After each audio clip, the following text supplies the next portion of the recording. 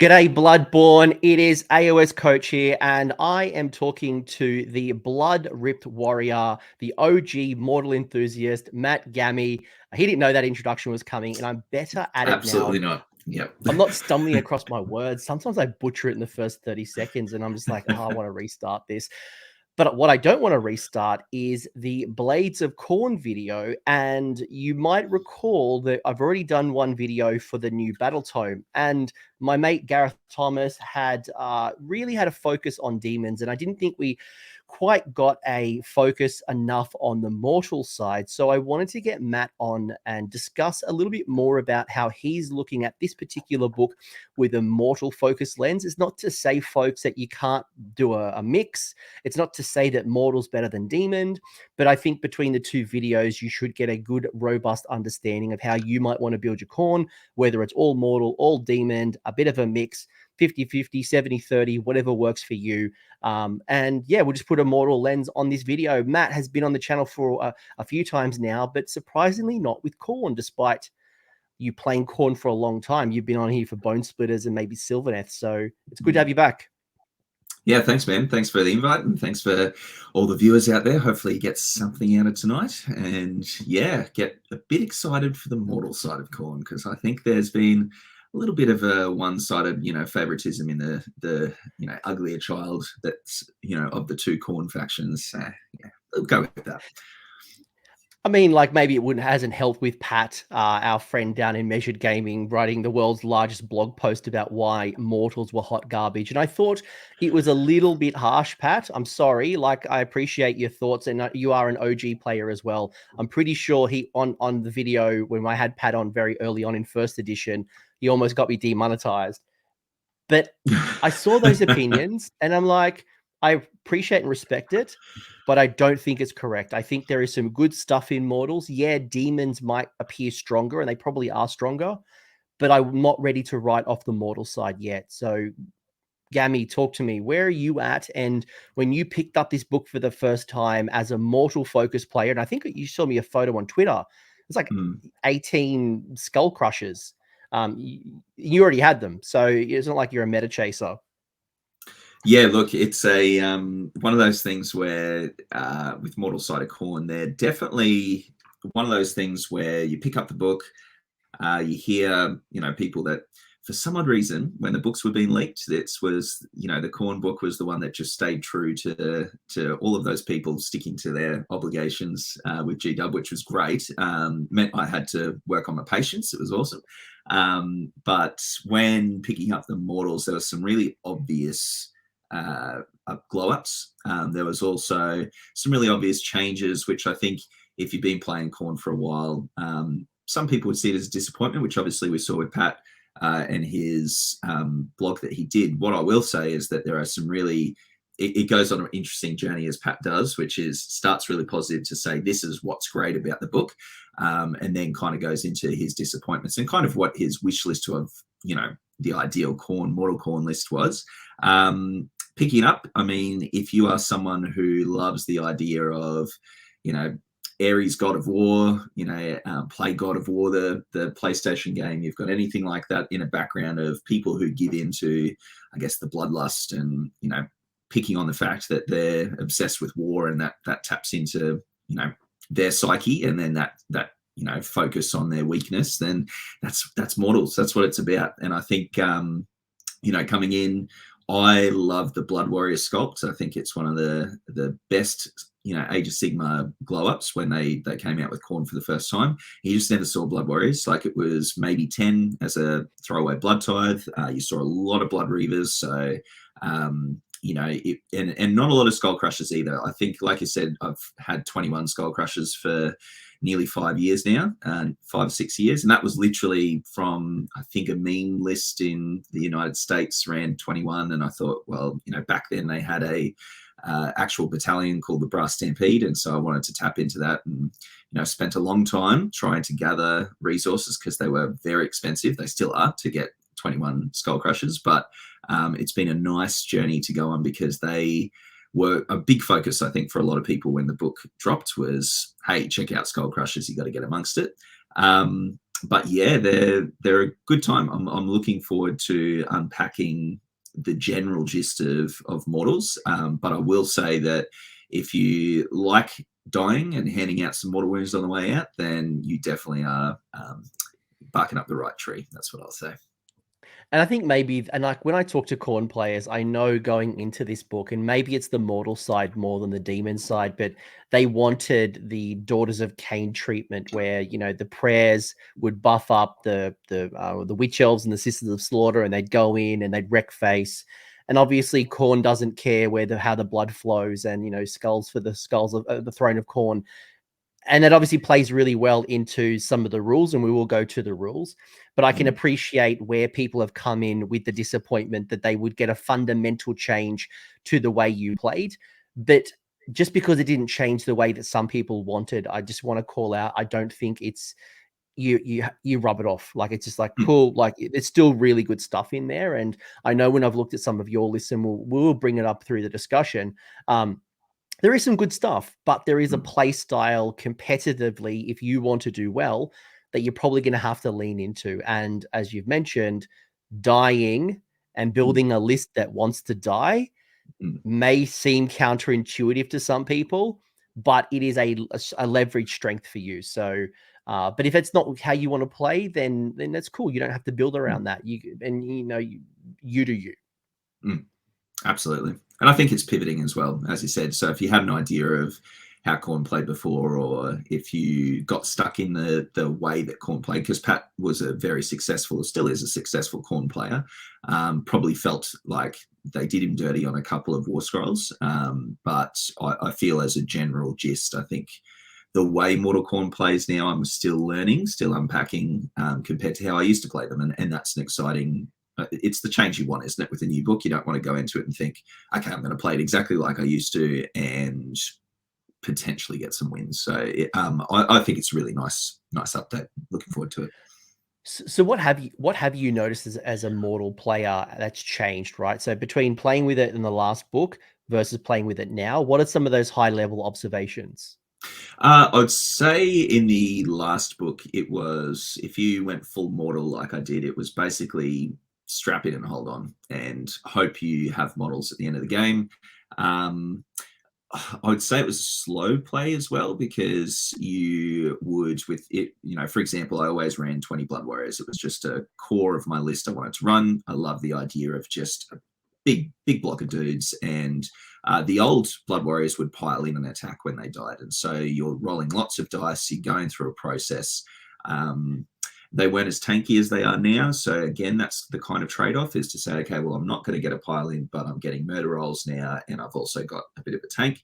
I think, interestingly, I liked the White Dwarf update when it came out last year, where they changed the Blood Tithe, where you didn't lose it all when you used to use it, which was a great update. And obviously the Sorceress, Hatred of Sorcery roll as well, which is really nice. That was introduced. It was a 6-up in the White Dwarf update, and then you get a Blood Tithe to ignore spells and endless spells. That's now been updated, so it's a really nice little bonus there. I don't think it's if it was a 4-up, I think it'd be a little too good. Whereas a 5-up is still tasty when you see people try and bubble dispels or rather dispels debuffs of some type, and getting 5 Blood Tithe from your opponent in their phase can be quite confronting for players. So overall, like a big picture, I think your prayers are much better. Your Blood Tithe is more usable at the lower end. It used to only be you're aiming for three or more.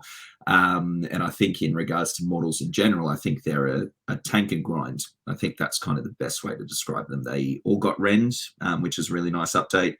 All of the heroes got actually good in combat now, so you're not sitting there hoping to roll one hit or whatever it is. Slaughter Priest actually can slap in combat now, which is really good. So I think they gave them a little bit of a boost. But again, you just have to pivot with the way to play them. And I think that's what I'm learning at the moment.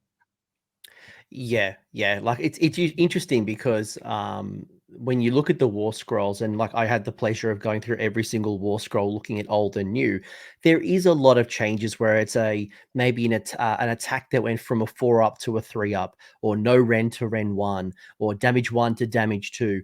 And on the surface, you're like, so what? But when incrementally you look across the whole army, where you're getting more consistency, more damage, more rend, with a high volume of attacks, and then obviously mortal wounds on the way out, plus some of the extra stuff. That's why I'm like, there's stuff in here. Like, let's not ruin half of the book and say that it's only a demon focused book. I think there's still play, and if you feel that I go back to first edition where the Khorne book would mostly be about Bloodbound, but you'd still have a Thirster. And you can still do that if you want to run a Scar brand and as your absolute hammer, and then fill it up with priests and blood warriors or skull crushers or skull cannons or whatever it is. You absolutely can still do that. But if you want to go all in on mortal, actually, maybe a better question, Matt, is do you want to go all mortal? Because I know in the demon side, because of the priests, people are still doing a blended approach. You're not going full demons. You might go like 20% of your points go into mortals, but it's never a pure demon list in most cases. Yeah. I think it's an interesting question, because you could go fully mortal if you wanted to. My initial lists were completely mortal, no demons whatsoever. And I'd say that the only demon lists, or there's a couple of demon war scrolls that you probably want to include. One of them being the Bloodthirster Unfettered Fury. So he's the whippy boy, hands out the neg 1 bubble for 8 inches. It's a neg 1 to hit. Really nice little bonus. You also have access to their artifacts as well, which is nice. So turning off ward saves is kind of the go-to. That's where you'll see the most. And he's a nice little buff piece. Then Skull Cannons is another one, so that's probably the one that I tend to find myself relying on. 140 points turns into a Skull Cannon, which is your ability to clear screens or shoot back if you're coming up against a shooting list. And I think that's where you're going to see not the purists. I think there are purist lists out there, but again, a Skull Cannon doesn't go astray. So you can't go wrong with the Skull Cannon. And Scarbrand, as you said, Scarbrand is the most enjoyable war scroll to have. And, I think he got better. He doesn't do his 30 billion mortal wounds anymore, but I think his general attack with Carnage is much better now. So, I think he's great. And I don't think there's any I agree with what you've said. And I don't think that there is a reason in the book that you should go all mortal or all demon. Now, if it is your preference because of the aesthetics or whether you got a theme, cool. I'm not saying don't do it, but it's not like it's forcing you. Like I remember like the old Gitz book, right? The old Gitz book was trying to force you into playing 1 or 2 parts of the book at best, right? It was super hard to run a list that wasn't just all squigs or all trogs, right? It was really forcing you down one lane. Now with the 3rd edition book, it is rewarding you for having a soup. And you know what? If I want all squigs, I can do all squigs, but I need hammer and anvil, and I might need elite bodies as well as hordes. So actually the best list right now is a blend of 2, and it's up to your preference on how much you blend either side. And I feel like this particular book is also true where, 100%, 80%, 70%, swing your points where you want to swing it. But like when you look at the prayer law, even if I was a demon army, I'd be taking priests because the prayers are so good. There are things like the Blood Secretor, which I really like. There's a whole bunch of things where if I go one way, I feel like I'm giving something up. Yeah, absolutely. And I think that's the thing is that you're kind of touching on it there, the idea of saying like plug a gap. If there's a weakness to the list where you go, I need something in there that, if I said shooting, mortals don't have access to shooting. If it's a priest, the demons did become priests, which is exciting, but they didn't get blood boil. So, and we'll talk about the Realm Gore Ritualist reducing an attack by 1. There are prayers on war scrolls which are good. I think you've also got unbinds with slaughter priests as well, as opposed to the bloodmasters not getting that. So there's trade-offs for both, and I think it is worth looking into. As I said, that idea of what are you lacking, and then what can you get through either a mortal choice or through a demon choice. So yeah, you're right. I think there'll be probably the 70-30s out there will probably be the best kind of list that you'll start to see. But again, you know, it's a reasonably new book, and I think we're going to see some really exciting lists in the next couple of weeks and months as well. Yeah, and just to call it out, folks, we are recording pre FAQs and errata. So if Murder Lust stays at 1 blood tithe point, I will be surprised. But at the time of recording, we are as the book is written and published. So things may change if you listen to this in the future. And much like you, yeah, my Gits army is a 70-30 split, even in the current book. I work off synergies. I go, cool, I'm going to have my trogs. I need a trog little bubble, but then like I'll look at it, you know, and that's kind of how I would look at it as a Khorne player. The most Khorne I have is this hat, by the way. But talking about glow ups, especially with a mortal lens, is there any particular units that you thought really glowed up between the old book and the new book? Maybe some sleepers. Like for me, I'm going to praise it to the heavens because it's I love the hero. I'm sad she didn't get a new model, but I love the new Valkyria. I haven't seen her yet in competitive lists. I don't know why.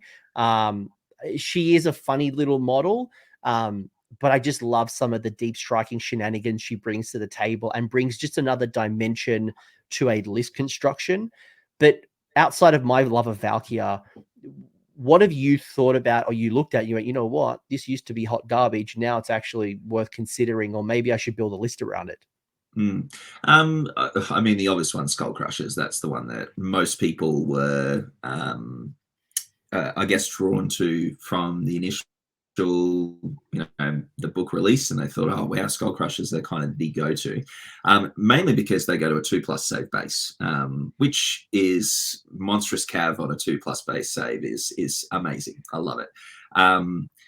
You also get rends, you get more attacks with them on top as well, with the actual riders, which, you know, previously used to just be 6 attacks, no rend per model, and it was great because you're going, okay, well, into a Night Haunt list, I don't care because I'm having 1 million attacks, but the rend is a really nice little pip. Again, they also went up though in points, so by 40 points. So it's a little bit of a trade-off to say, well, you know, yes, they're a good glow up. I think they're fantastic. I'm still fitting in 6 on average into a list just as a nice little down the wings, and, you know, have your solid hitters on the wings sort of thing, and rely on the fact that they're not going to need a hero nearby. They're pretty solid bravery, 2+ save base. You know, you're throwing out a all-out defense if you want to, but realistically, I think they're just there to look after themselves. Their mortal wounds got better on the charge as well. It used to be just a 1 mortal wound on a 2+, and then if you had 6 or more models, it would be D3 mortal wounds each, which it used to be nice on a 6-man unit, but again, it's that sort of thing of people would just counter it really easily. They're big base sizes, so it's hard to kind of manage that. And you're hoping for a charge. Some people just stop the charge from happening. So again, I think that they're really great.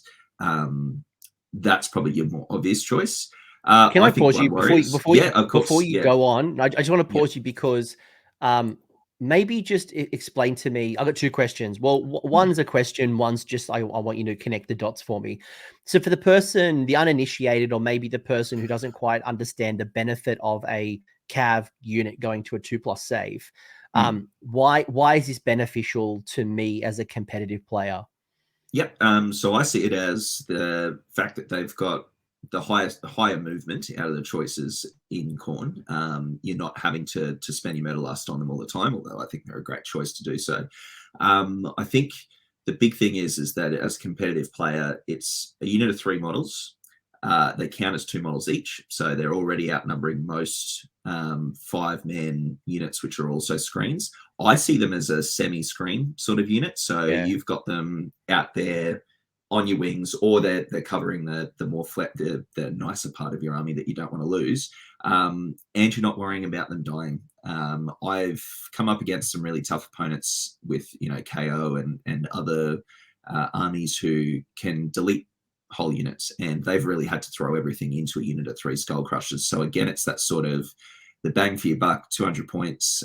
As a competitive player, I think having them go out for 200 points on 15 wounds on a 2+ save, bravery 7, you know, you've got to kill 1 or 2 to really rely on, battle shocking them off. And then at that stage, you're like, well, if I'm losing in battle shock, then that's the reality, and it's blood tithe points. So again, it's that sort of thing of your trade off for 200 points is excellent. So as a competitive player, I see them as a pseudo screen, but then they're also an aggressive screen as well. So that's probably the best way to describe them.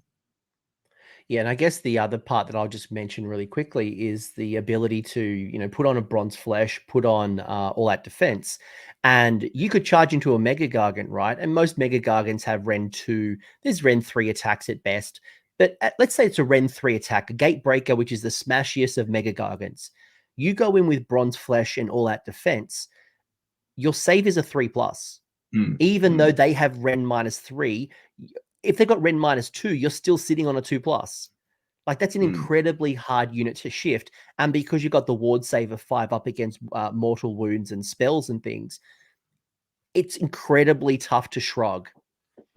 Yeah, and the thing is, when I used to run them in the Brass Stampede, they used to have a 4-up spell ignore, which was great against, all the Zinch players. And Magic at the moment is going to come in really solidly with Seraphon release and even Soulblight Gravelords, where they're, doing Spirit Gale across the table. It's that sort of thing of, I dare you to do it because I'm going to get a Hatred of Sorcery roll, but then also you're getting a 5-up ward with the shields as well. So again, they're a really nice glow up where you can't go past them for 200 points. And the great thing is their new box that came out as the Bloodbound box. It comes with 3 in that box, which is a great little buy. So the other thing I wanted to ask you about, and then I'll get you more of your other choices, is I know when I did my preview of the Battletome, a lot of comments came up saying that they were disappointed with the Mighty Skull Crusher attacks. Like, yeah, the defense glowed up and yeah, they got some improvements, but they were underwhelmed by the damage characteristics. And it's interesting, right? Because like, can you have the best of both worlds where you have this super defensive 2+, 5-up ward, mortals on the charge, and then add, damage 2, damage 3, and like if you took, and look, when I think about a Mighty Skull Crusher, yeah, if a law, they probably should have both, but then the points just becomes too unbearable, and it kind of like takes away from putting them in your army, because you'd be paying what, 350 maybe for a unit of 3 because they're just too good in too many areas. What's your take and what's your thought on that comment? Because I did get that more than once in the chat. Yeah, look, I like the idea of maybe getting bonuses on the charge of a damage 2, like a lot of cavalry does. And you look at Blood Knights as a comparison. So, similar points, similar amount of wounds, 3-up save, their Ren 2 on their attacks become damage 2 if they charge.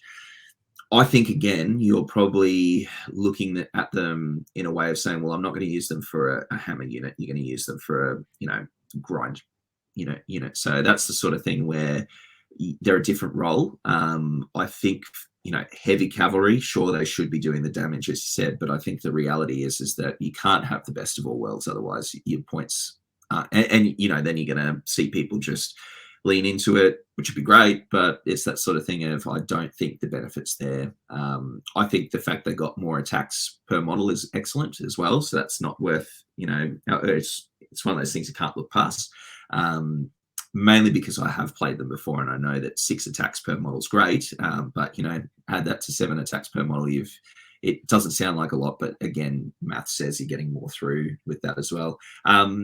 Probably a question people would have is the Blood Glaive or Axe question. It's kind of like the Scythe or Sword in Sylvaneth. I think with Slanesh being out there and people with access to neg 1 to hit, I think the Glaives are probably not worth taking.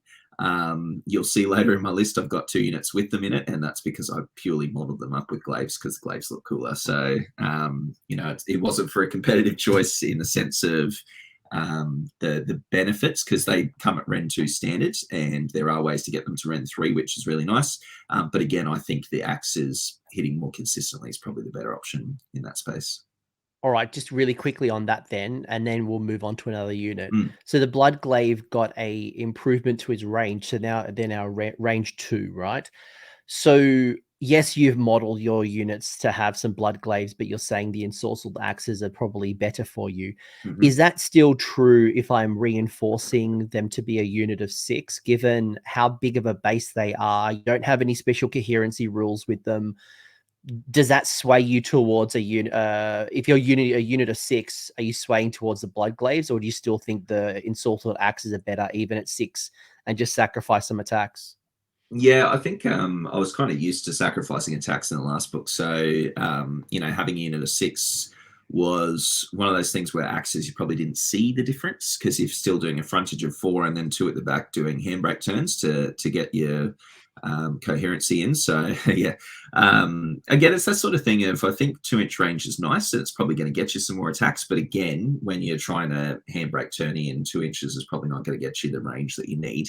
I like the Ren too, I really do. But if they, I guess they had to really work out what to do with them, and hitting them on 4s is, it's the Sylvaneth issue with bows is they hit on 4s, and you see it impact a lot more. And our access to +1s is limited in Realm Gore Ritualist and then all out attacks. So it's Killing Frenzy disappeared, which used to be the old prayer. So again, that's the sort of thing where you start to change and say, okay, well, I'm not going to have the +1 to hit. Whereas in the last book, I could run 6 glaives, give them Killing Frenzy and an all-out attack, and they're hitting on 3s most of the time. Against even units with neg 1, so which was a nice little bonus. All right, I think the Mighty Skull Crusher show's done. Yeah, yeah. Like, they're great. They are great. Like, I must admit, like, when I saw that, I'm like, yeah, I could run a list of them. Like, I could run an army. Like, that's my type of Khorne army. Just and look, also Bloodthirsters. yeah, look, anyone who's played against me in Khorne probably knows that when the Skull Crushers got the glow up, they knew that they were going to see 21 on the table. So it was bound to be this show was going to be heavily involved with Skull Crushers, and one of my lists tends to lean towards Skull Crushers, shocked and stunned. So outside of the Skull Crushers, so I think we both agree we're fans of them. Whether you take a couple of them, whether you run a whole army of them, I think regardless if I'm building a mortal list, I'd have at least 3, possibly 2 units of 3. That'd be like maybe my starting points, and fill the rest in kind of at minimum. But outside of them, are there other units that have gotten a glow up that you now really like? Some changes that have happened that is worth reinvesting or considering? Look, I think if you, like me, have enjoyed Blood Warriors in the past, you can't, look away at their 3+ save base on a 2-wound model. Their murder rolls are 2 as well. So again, it's that sort of thing of you're getting 2 murder rolls per Blood Warrior. Looking at them as a utility piece is really nice now. It's I think before you would probably see 10, and that's fine. 10 I think is great, but you can lean into those bigger units now as well. Blood Warriors, I mean, I was going to talk about them because they are a love of mine, and I'm glad that they got the armor save that they did, because I feel like looking at Khorne in the past, a lot of people went into Slaves to Darkness and would look at, Chaos Warriors as an option with a 5-up ward against mortal wounds. They were much tankier. Now you're looking at, the question of, do you take axes or the fists as well? I think both options are great. The fact that they got Rend 1 is a really nice bonus, and their bigger axe getting Rend 2 is also a great bonus as well. So again, it's that sort of thing of you're not getting access to a lot of +1 attacks anymore. So the Bloodsecrator lost out on that, but I do like Bloodsecrator is an interesting one for me. I don't know. I'm a bit uncertain about how I feel about him. I think I really like him. I really do. His once per game plant the standard's really nice, and it's about finding the time to do that. So that'll probably be my next war scroll to talk about, which is the Bloodsecrator. The 4-up rally is a really nice bonus. That's one where we happened to Khorne enjoyed the 4-up rally for all the 2 weeks before the battle scroll came out and changed. I was gonna ask you, does the battle scroll change now? While you can, like, you're now limited the amount of wounds, does that change the value of the Bloodsecrator to you? I think if you're leaning into him, no. I think he still gives, a rally's a rally, and 4-up rally's more consistent. That's still 5 Blood Warriors. It's still, I mean, if you have a unit of 30 Blood Reavers, it's still 10 coming back. It's a lot of units, a lot of models coming back. The my boys, the Skull Reapers. Obviously, for those people that don't play Khorne, there is a lot of skull and there is a lot of blood in the names of blood Warscrolls. Reavers, blood Yeah, warriors, blood yeah, stokers. Like, yeah, you go through it all. It's just like yeah. blood, skull, blood, skull, blood. I want like Really, a model really that's hard to literally just explain. called, Yeah. yeah, like a blood skull. Yeah, there is one out there. It's just, it's waiting for us to be made. It's really difficult to try and explain to your opponent when you're saying my Skull Reapers are going to do this and the Skull Crusher is going to do that, and they don't know who you're referring to, so you actually have to physically point. Yeah, Skull Reapers, I think, another nice little interesting unit. I ran 10 of them in the last list, in the last edition, or last book. I had to obviously run Galician Veterans to get 2 ranks. Now they're a 2-inch range on their weapons in general, which is great, so you don't have to worry too much about that. They still get their mortal wounds in addition. The only thing that has changed about them is they're no longer immune to battle shock, and they don't do the D3 mortal wounds when they roll a fiber when they die. So bits and bobs. It's one of those things where I think in general, I'd say Mortal Khorne was sitting here and it's probably just moved slightly up, and that's a really nice little bonus to have across the board. I think Slaughter Priests are excellent. Their actual War Scroll combat now is much better. But yeah, I would say Skull Crushers is probably the most obvious. The rest is kind of making it work and not is kind of the best way to describe it. I want to throw another one out there, and I feel like I'm just like showing my inexperience in Khorne because I don't play them, but I just love certain things. Looking at the Corkerath, and I know it's a bit of a sleeper choice because partially it's hard to get as an independent model, but I looked at the horrific Predators rule, being able to shut down Inspiring Presence while they're within 3 inches of the Corgi. And again, being the list tech person that I like some of the counterplay, some of the off-meta choices, given we are seeing like Beast of Chaos, Gloomspite Gits, the Hordes returning, I actually don't mind that particular rule. Now, is it worth it on the Corkerath, and are you going to pay the points? Obviously, it's up for debate, but I do like that rule. Yeah, look, I think if you want to lean into that, your Icon's probably the better option, which is your Endless Prayer. So is the best way to describe them. Is the Invocation's the technical term for them. Hands out the same ability, and it's with innate. Is you're not getting Inspiring Presence, and what it does is trigger as well, and you can also make more models run away, which is really nice. I think the Corkerath is excellent, but again, like I said, access and the fact he's a single pose model that looks the same. You try and get 3 of them on the table. It's like there's my same model on the table, and if you go that way, that's fine. But I think points will probably be a little bit squishy when it comes to Mortal Khorne. They do tend to be on the expensive side compared to the demons, and I think there's probably stronger options in Bloodthirsters. That would probably be my answer. You're breaking my heart. Here I am trying to get the Corkerath back on the table. I remember in first edition, I played someone with like 8 corgis. And it was funny because literally, as you said, they're all the same monoposed kind of model. But you're right. Like when you look at the Bleeding Icon, it does some cool stuff. It shuts off the Inspiring Presence on a 6. You can add D6 to the amount of models that flee. Obviously, it complements your priest really well because you're already going to be building so many priests. I just like the idea of the Corkerath. And I'm sorry to break your heart, mate, but he's probably going to sit on that shelf gathering dust still. Or you can take him and run him for a game and go, I don't know why I did it, but I got to put him on the table. That's the main thing. Do both have a Corkerath and the bleeding icon. Yeah, all right, I'll take it. Here I am trying to force an idea into you, and you just shut me down like the Hex Gorgeous Skulls. You shut me down. Exactly like that. That's it. Just made your head explode. That's all it is. By the way, I will never forget a Runax tournament where I played Monica a couple of years ago, where I rolled a 16 on a spell cast with my Hallow Heart Wizard, and Monica, with her Hex Gorgeous Skull, shut me down on a natural roll of 8.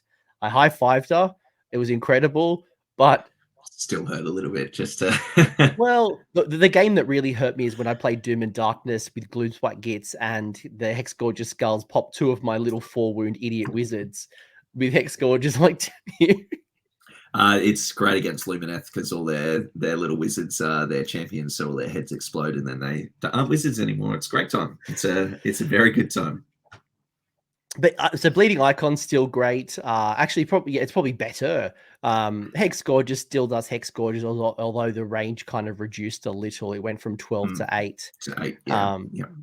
Any other glow ups? And if there's no other glow ups you'd want to call out, we'll get into the rules and we'll talk a bit about how you're seeing the rules as a mortal player.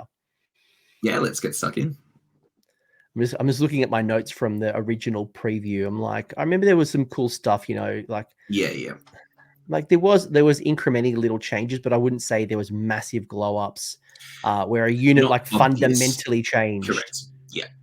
Yeah. It's They're not just like they were sleeper the whole time, and then all of a sudden everyone went, "I'm going to go buy this model." I think everyone kind of was happy if they owned a Khorne army to say, "Cool, I can now run stuff that I might not have been running before," or likewise. Yeah.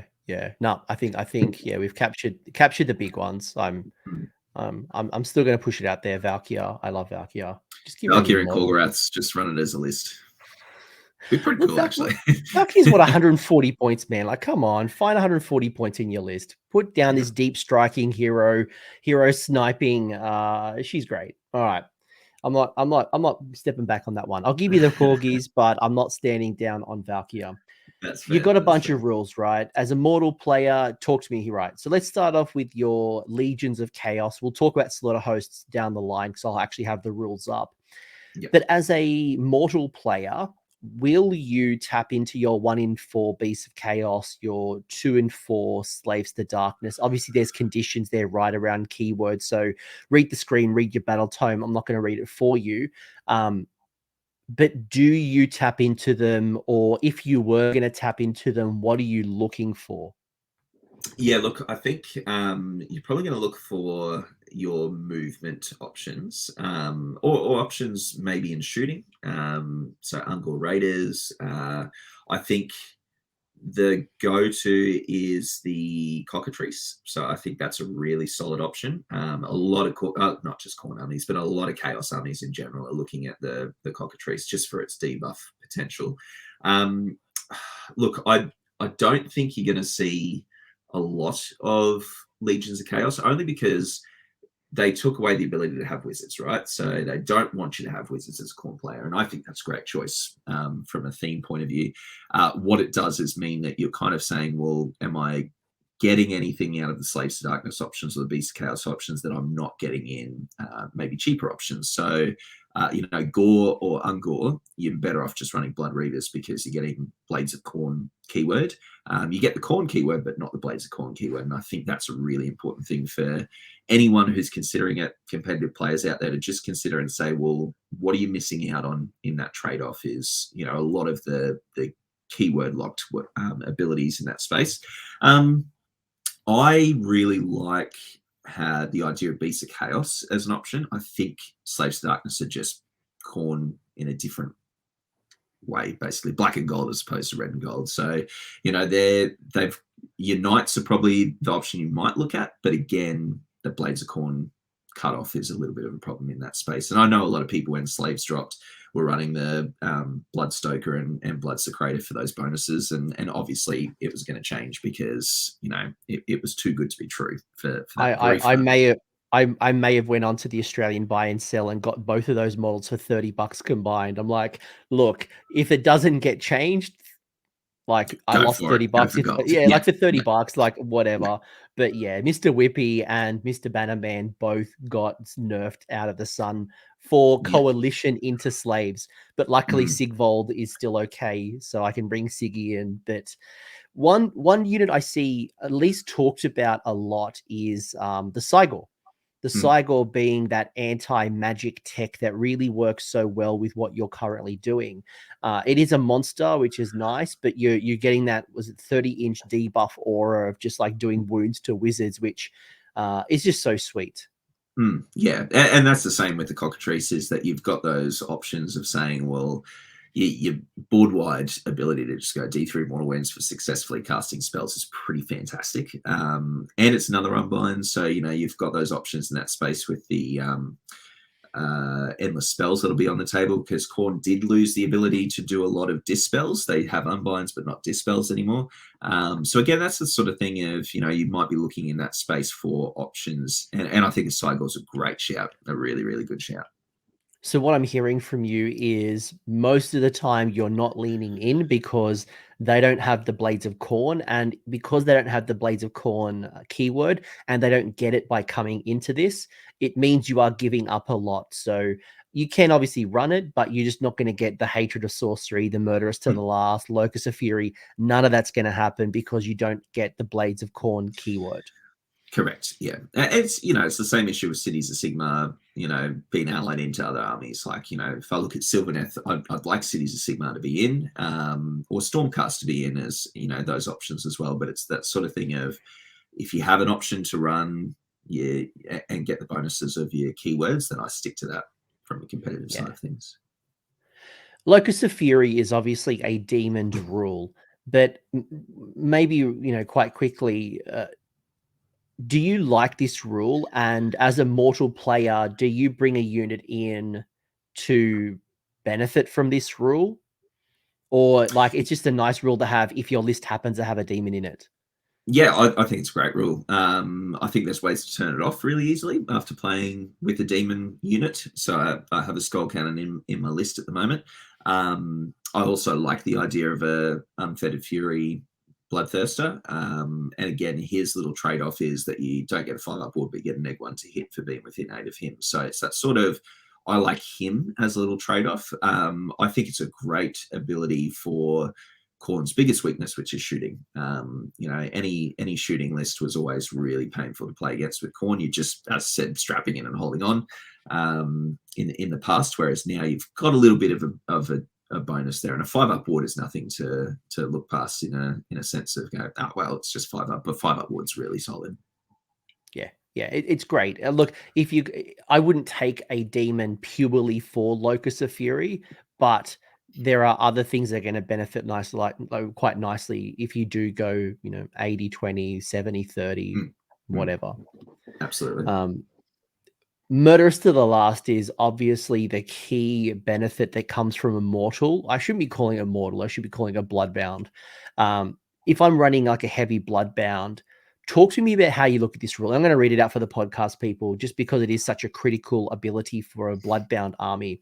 So each time a friendly Bloodbound model is slain by an attack made with a melee weapon, you can pick one enemy unit within 3 inches of the model and make a murder roll by rolling a dice.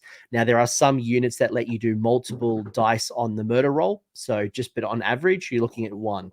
On a roll of a 5+, that unit suffers 1 mortal wound. And if the slain Bloodbound model was a hero, you make 3 rolls instead of 1. So there's one example of where you might roll extra dice.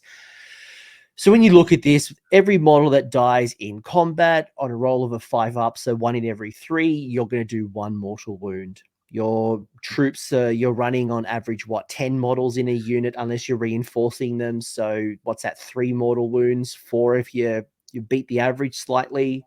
So what? 4 mortals.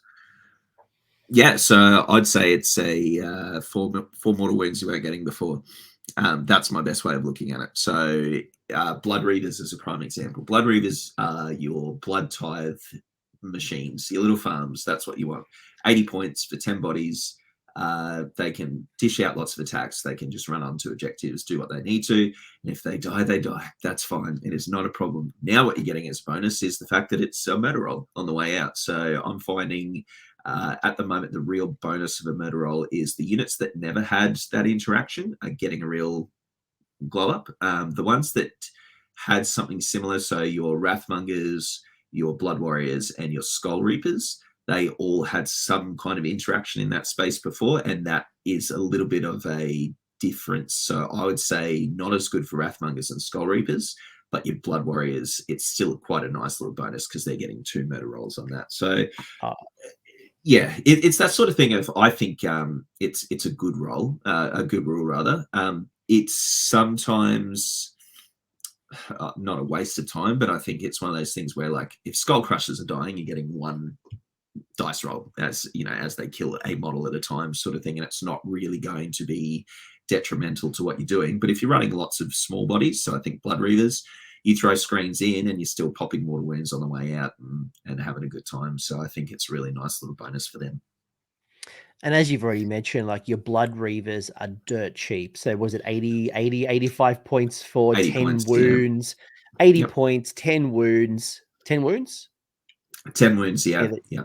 10 wounds. You know, their attack profile improved. They've got 2 attacks with the Reaver Blade now. They're hitting on 3s. You know, like they're getting +1 to wound if they're within range of a totem, 16 inches wholly within. So they can do some damage, and then in addition they do damage on the way out with the mortals, and then in addition they generate blood tie. So for 80 points, and if you flood the board with these annoying troops, like and what I wanted to call out here is it's not specifically just the murder to the last, it's the other things that trigger off the back of it being your blood tie, being Correct. in combat. Obviously you mentioned the Blood Warriors, you get 2 rolls instead of 1, which is Yep. also great. Yeah. When you think of, let's say, your Blood Reavers, do Yes. you run like whole units of just minimum size units to generate extra blood tie? Are you reinforcing them because you want to roll lots of murder rolls at, you know, an elite troop? Like, how do you think about that when you're constructing a list? Yeah, look, at the moment it's probably 40 on average that are just units of 10, because it's cheap. It's cheap to have screens. It's great to have screens with Khorne. You're wanting to have your good units surrounded by something that's you're not worried about dying with. And the fact that you can just move them onto objectives, run them onto objectives, because it doesn't even matter if they're not in combat, you're wanting to, you know, I guess, flood the table. And it's something Pat never did really well with Blood Reavers in the past, is having multiple, you know, screens and lines of troops. And I think that's probably worth looking at now, in particular with your murder roll. So I think it's a really nice bonus. Look, I don't think it's a bad idea either to run 30 of them. You know, a block of 30 is not bad. It's not a bad shout. You're getting lots of murder rolls. But again, it's just what flavor you want to go for at the end of the day. And I think that's what's nice about the murderous to the last rule, is it adds a little bit of an element to it where you say, do I want to lean into that? And then, you know, have the blood secretor nearby to, you know, boost those models back on a 4+. It's something you might want to look into. But again, there are options in that space. It is a good call as well, right? Because you could be removing murders to the last and then pulling yourself outside of 3 inches of combat. So you've struck, you're now outside of combat, you've done a bunch of mortal wounds on the way out, and now you've set yourself up for a 4+ rally. And then you could, you know, and then you could be using the what's it called? Bloody, it's on the next screen. Murder Lust. Yeah, Murder Yes. Lust, to get back into combat and start the Correct. process all again. Like there Yep. is tricks and shenanigans you can play with if you want to build into this. And The I think other that's rule, what it's a good flavor. Good flavor. sorry, I was just going to try to fill some air in while you chugged your beer. Drinking my beer. Yeah. Surprised not a 4X, mate. Come on, Gammie. I'm sorry, guys. I'm sorry. I'm letting Queensland down. At least it's not like a Tooheys. Like, I think if you were drinking a Tooheys, I think you might be evicted out of Queensland. Yeah, I think I'd be ill if I was drinking it too. So that's fun. But by the way, folks, for anyone who doesn't understand, Gammie lives in a bizarro land north of me that doesn't have a good taste in beer. So, not that I drink beer, let's be honest. Look, we're north of the wall. If you're a Game of Thrones fan, we're up there. We're fighting the good fight. The other, there's a massive rivalry between our two states. So we have a game called the State of Origin, where our best players from both of our places will battle in a 3-game kind of tournament. So there's a lot of rivalry here. If you're our age, then you haven't seen New South Wales win in a long time. That's really good. Get out of here! Go away. I mean, we start to do the trade-off. It's good time. Yeah, it's good time. Settle down. All right. The other rule is hatred of sorcery, giving you a 5+ mortal wound. Yeah, it's a 5+. It's a 5-up spell shrug. Spell ignore. Yeah. And Yeah. it's obviously spell and abilities as well of endless spells.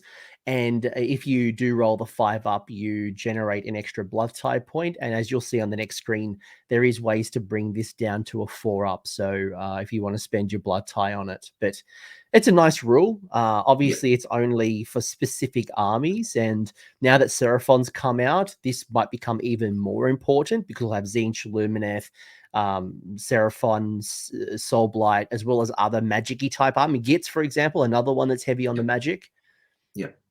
Yeah, and I think it's one of those things where I was saying before the White Dwarf update was 6+ for this, whereas now moving to a 5+ is, I see it as more of a reliable option now. And it's one of those things, I like it because it makes your opponent think and consider if they want to dish out spells. I've seen throwing Hexgorge of Skulls out in the last couple of games makes your opponent think, if they roll a natural 8, do I want to potentially lose some 6-wound wizards? And it happens more often than not. And it's that thing of, that's a question to have. Then if I have 2 blood tithe in the bank, is that something to consider? What's I've found interesting for Hatred of Sorcery is, if I get 1 blood tithe point from your spells going off, I'm then using Murder Lust to get into combat with you in your hero phase. So it's one of those things where it is it probably makes your opponent think more than it makes you think, which, as a Khorne player, that's exactly what I want. I don't want to think. I just want to move stuff across the table and hit it really hard. So for me, I'd rather my opponent consider things than me consider things. But I think it's a great rule.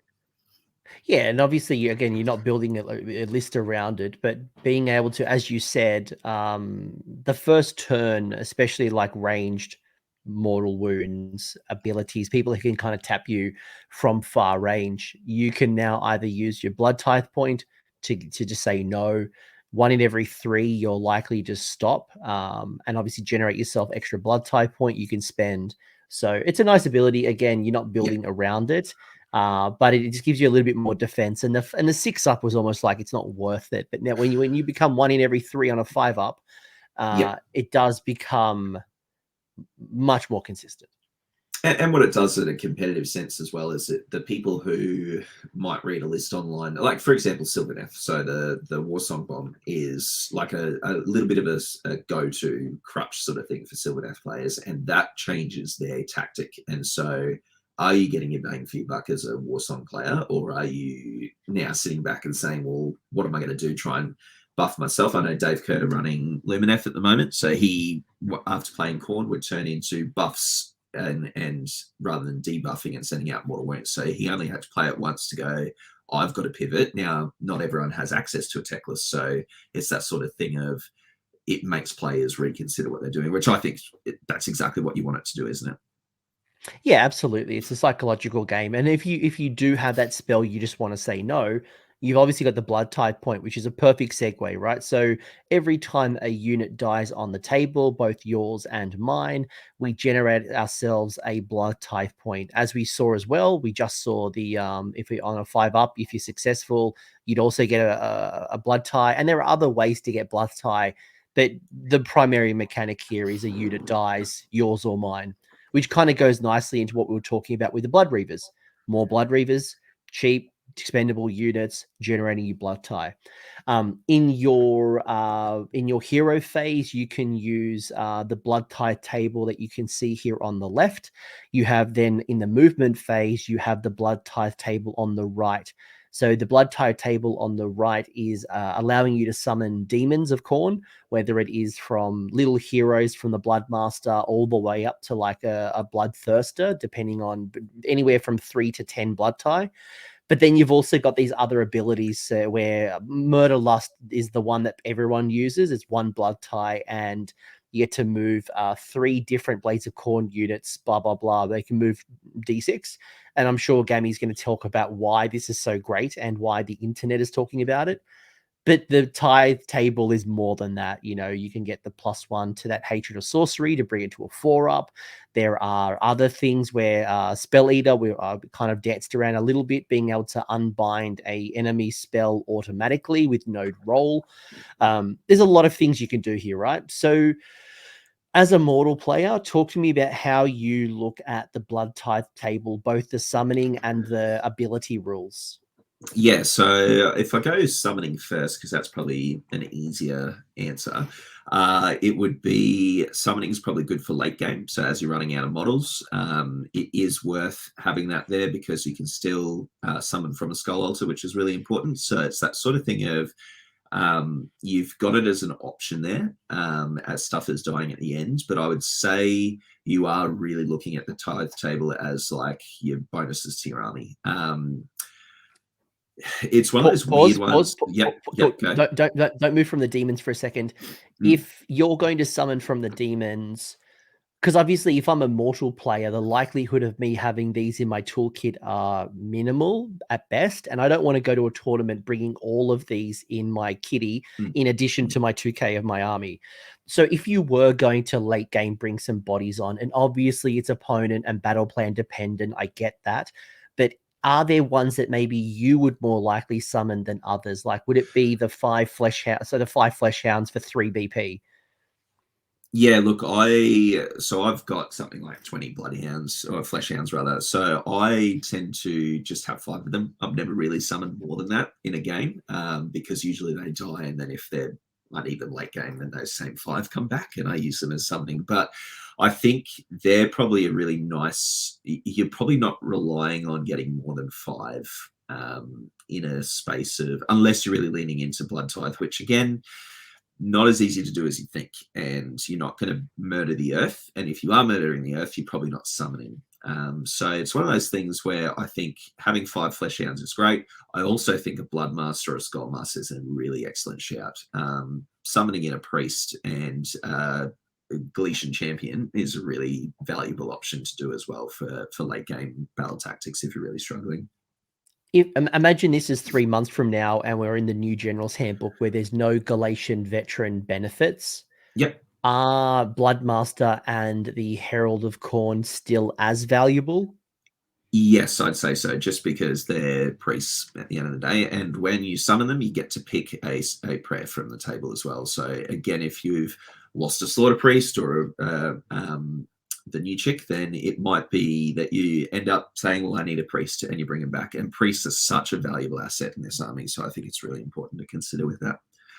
Yeah, and we'll get to the priest lore. It is exceptional. I remember talking to Gareth, and I'm like, Gareth, what's your favorite? He's like, all 6. Yeah, like they're absolutely all good. Like I looked at them, and I think it's like 5 out of 6 were hot, and then one's like pretty good, but maybe you don't use all the time. Yeah, absolutely. All right, cool. You've answered my question. Like, just excellent. If I was starting my army and I don't have a summoning pool, get 5 flesh hounds, get yourself some minor heroes like the Herald of Khorne, the Bloodmaster, maybe the 10 blood letters, but yeah, probably saving up for like a Bloodthirster, as tempting as it is. Probably not. No, I don't think it's 10 blood tides not really going to be a reliable option.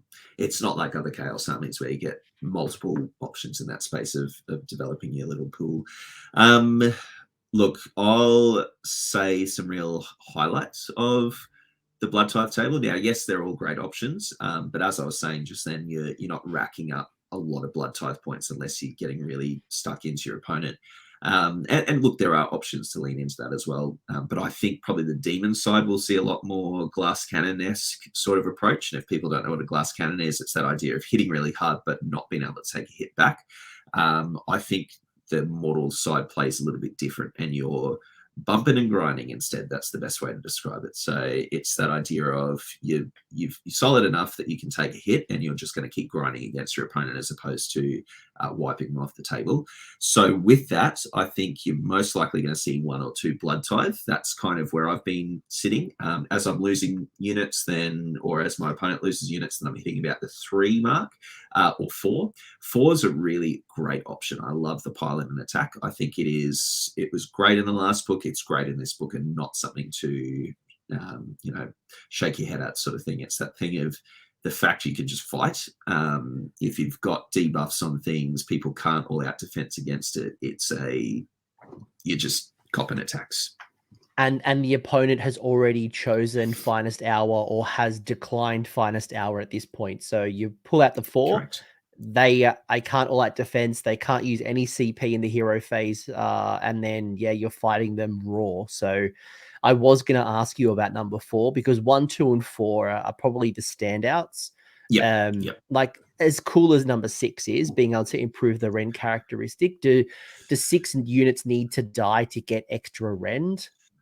It's no, hard and to it's justify until the end of the 6. turn. If it was until the end of the game, great. But until the end of the turn, you're not really relying on 6 blood types to do that. You're probably using the 1 or 2 or 3, or you've probably done 4 at that point, just to pile in an attack in the hero phase and holding on to the 2 for next turn, sort of thing. So I like the Brass Meteor. I think that was a really cool update. It was not as reliable as it is now. So having 8 dice and then rolling, for mortal wounds, and then obviously you can see there with 10 or more wounds or 10 or more models, you've got an add 2 to that. So it's 8 dice on a 3+ mortal wound. It's a nice little way of touching things that you can't from a distance. So again, a nice little bonus. But I think you're right, the 1, 2, 4 is probably you go to in the space. You can't go past Murderlust. It's probably the one that I've been tiptoeing around. We've spoken about it before. It is unbelievably good. I was playing it when I first watched your stream. I had this as my rules, and I read it as D3. I got mixed up with the blood, the Whippy Boy. So I thought it was D3 units got to move. So I was like, oh, this is still pretty good. Now when I read it, I was like, it's 3 units. I freaked out because it's amazing. It's such a good rule. It denies so many battle tactics for your opponent. It's not funny when you learn how to use it properly. It's a very solid little option. All right, I want to pause you here for a second. If anything's changing in this book, Murderlust is probably the top of the tree. Now I'm not saying, Gammie, that it's going to happen, but I'm looking at the book and it's the one that is just ripe for an FAQ. In a hypothetical world, because I'm trying to future-proof this particular video, at what point does Murderlust become unusable? So if it improved, like let's say the number went from 1 to X, at what point would you not use Murderlust? How many BP? Probably above 4. Okay. Maybe even 3. Like if they switched 1 and 3 around, I think 3's. It's one of those things where movement for a combat army is key, and having this as an option that's not a run. It's basically a run and charge, essentially. That's the best way to think about it, is that you can use the D6 and then you're getting potentially another move with the Killer Instinct as well from the prayer. I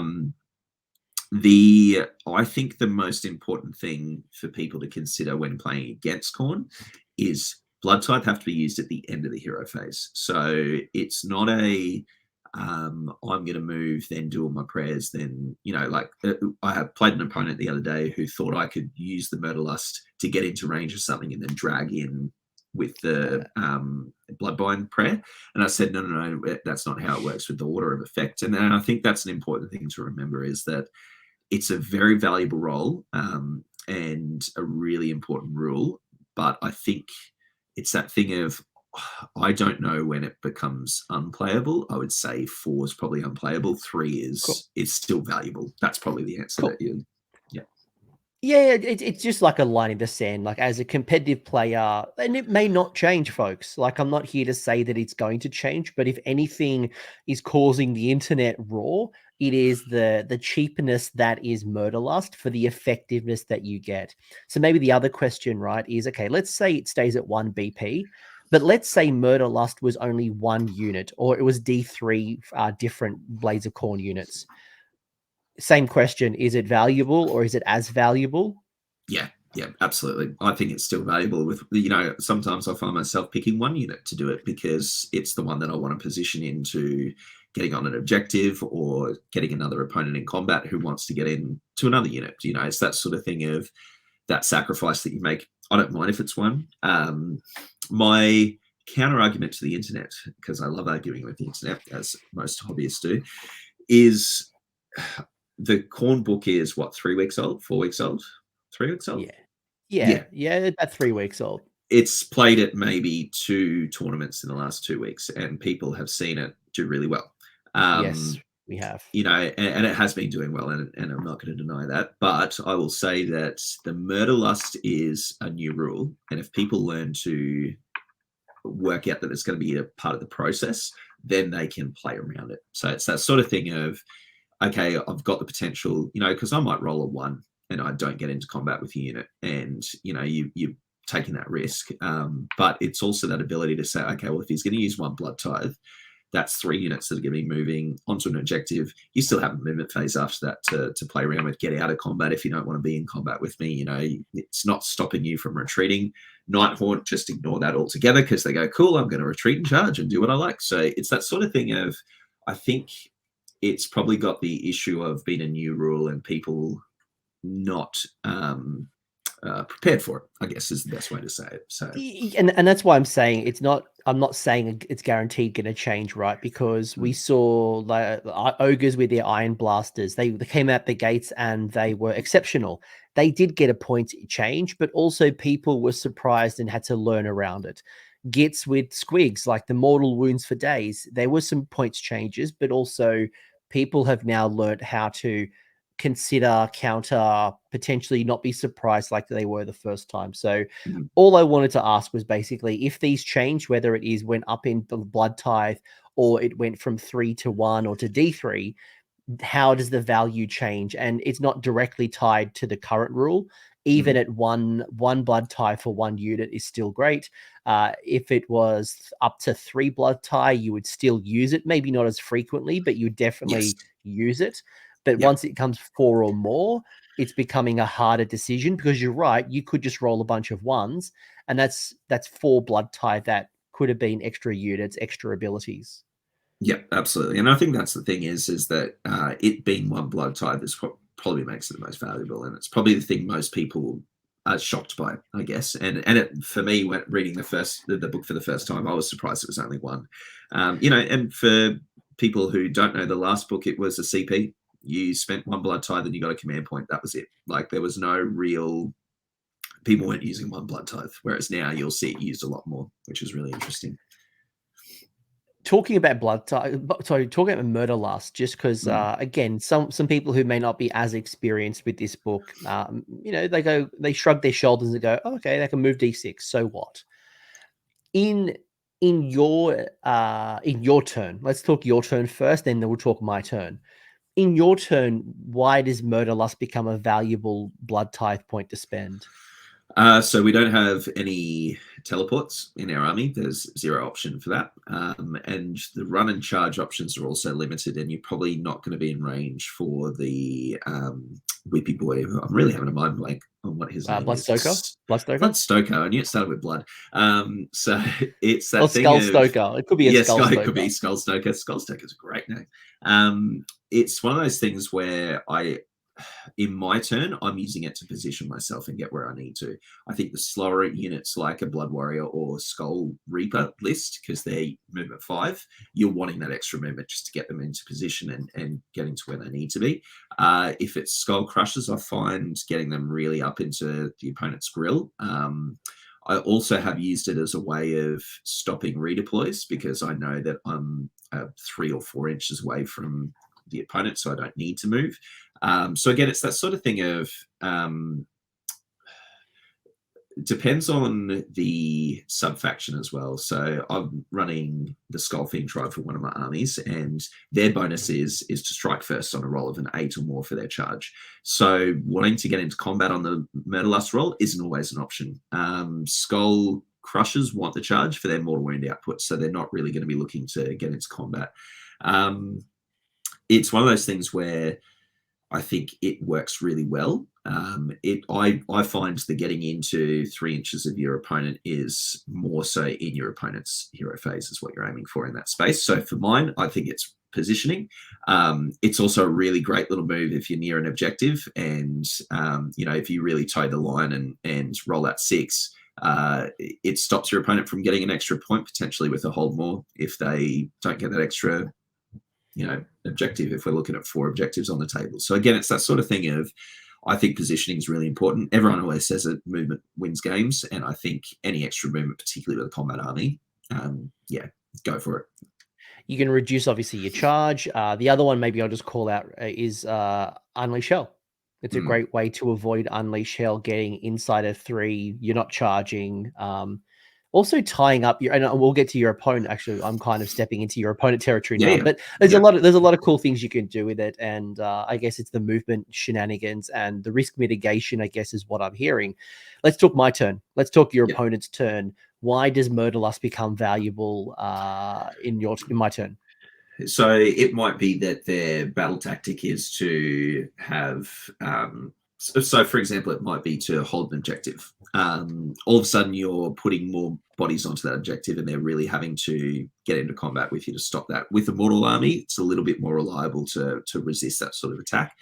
I find moving screens in front of stuff as well really important. So I've had opponents in the past where it might be this one's mine as a battle tactic, where they say I've got my big hitting general going in that doesn't have retreat and charge, and you pin it with 10 Blood Reavers and watch your opponent have that little moment of I'm pin it with con. putting Like exactly one within 3. Yeah, and it's that sort of thing of I've found it's your counterplay against battle tactics, which is really solid. Tim and I had a game the other day with his Slanesh, and we spoke about it at the end of the game to say I could have denied him a battle tactic in turn 1 with his Mask, who was 3 inches away from the whole army. He threw a spell at me. I got a Blood Tithe, and we spoke about I used the Blood Tithe, but I could have moved in with the Blood Warriors as opposed to the Blood Reavers, which would have stopped him from getting a battle tactic, which was a really cool conversation to have afterwards. And it's that sort of thing of once you get the hang of it, you want your opponent to really know that there's an option there that you're going to be moving. So they're already thinking about, what they're going to be doing in their movement phase. And I think, again, that's the real bonus of it. Yeah, there's a lot of cool shenanigans that it brings. I know, again, there's a lot that we could talk about, but it's kind of giving you a sample of why the internet's talking and Khorne players are leveraging Murderlust. And I hope that if you didn't already connect those dots, you now have a much better understanding of why Murderlust is probably being used 10 times during the game in every turn, and why Gammie is saying that, you can summon on some demons, but it's a late game thing, because early game you're using Murderlust, you're using Blood Eater Curse, and they're the two ones you're kind of constantly burning. Yeah. And that's the thing is that knowing that it's in your opponent's phase, that's what I've always loved about Blood Tithe. They did take away the move or charge, which was the 3. So that used to be that you could move a unit or charge them if they were in a certain range. I think that's, obviously been replaced by Murderlust. And I think that's the sort of thing of the trade-off is Murderlust of 3 units doing it as opposed to 1. It's one of those things where I like it as a change, but I do resent my 3 being gone. It's a killer, but that's can't have more. Can't have everything. Like I can't have everything. Khorne just wants everything. Khorne. Talk to me about your command traits. Obviously, we're looking purely at the Bloodbound, because hey, why are you going to take a demon general in a Bloodbound focused army? Absolutely. Do you like them all? Do you have archetypes where, certain models are great generals because of X, and because of that, you're going to take certain command traits? Like, where do you stand with these 4? Look, to tell you the truth, I was disappointed in these. This is probably the most disappointing part of the book for me, just because it pigeonholes certain builds. So kind of the question that you're asking. Diabolical Purpose, you're not really throwing a lot of small heroes into other heroes. The chances of that happening, it's probably not going to be big. Look, the Barbarian Lord's probably good if you're leaning into Blood Reavers, but adding 1 to run and charge rolls wholly within 16 is probably, again, I don't know, is it going to be super important? Probably not. But that's one where you kind of go, if I'm not running a priest, it's probably your option you're going to run. My first game with the Lord of the Gore Chosen, I was running it on a Skull Crusher, so Lord of Khorne on Skull Crusher, because I thought it was adding 1 to attacks for all Gore Tide, not Gore Chosen. Yeah, so it was one of those little heartbreaking moments where I thought, this is really cool. Why aren't people running this? And then I saw, it's Gore Chosen, which is your Slaughter Priest, your Realm Gore Ritualist, your Blood Secrator, Blood Stoker, some of the smaller army like the Aspiring Deathbringer and those sorts of units, but I don't think you're going to see them, to tell you the truth, and I think that's a real shame.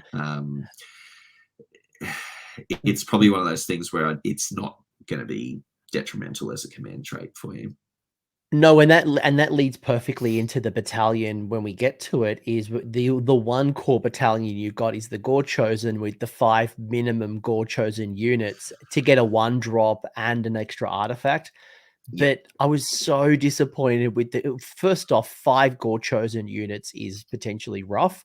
And then when you look at the options, it's so underwhelming where you're like, why am I forcing myself to do this? Like maybe if it was reversed, like 3 mandatory, 5 optional, but then like why am I taking up to 8?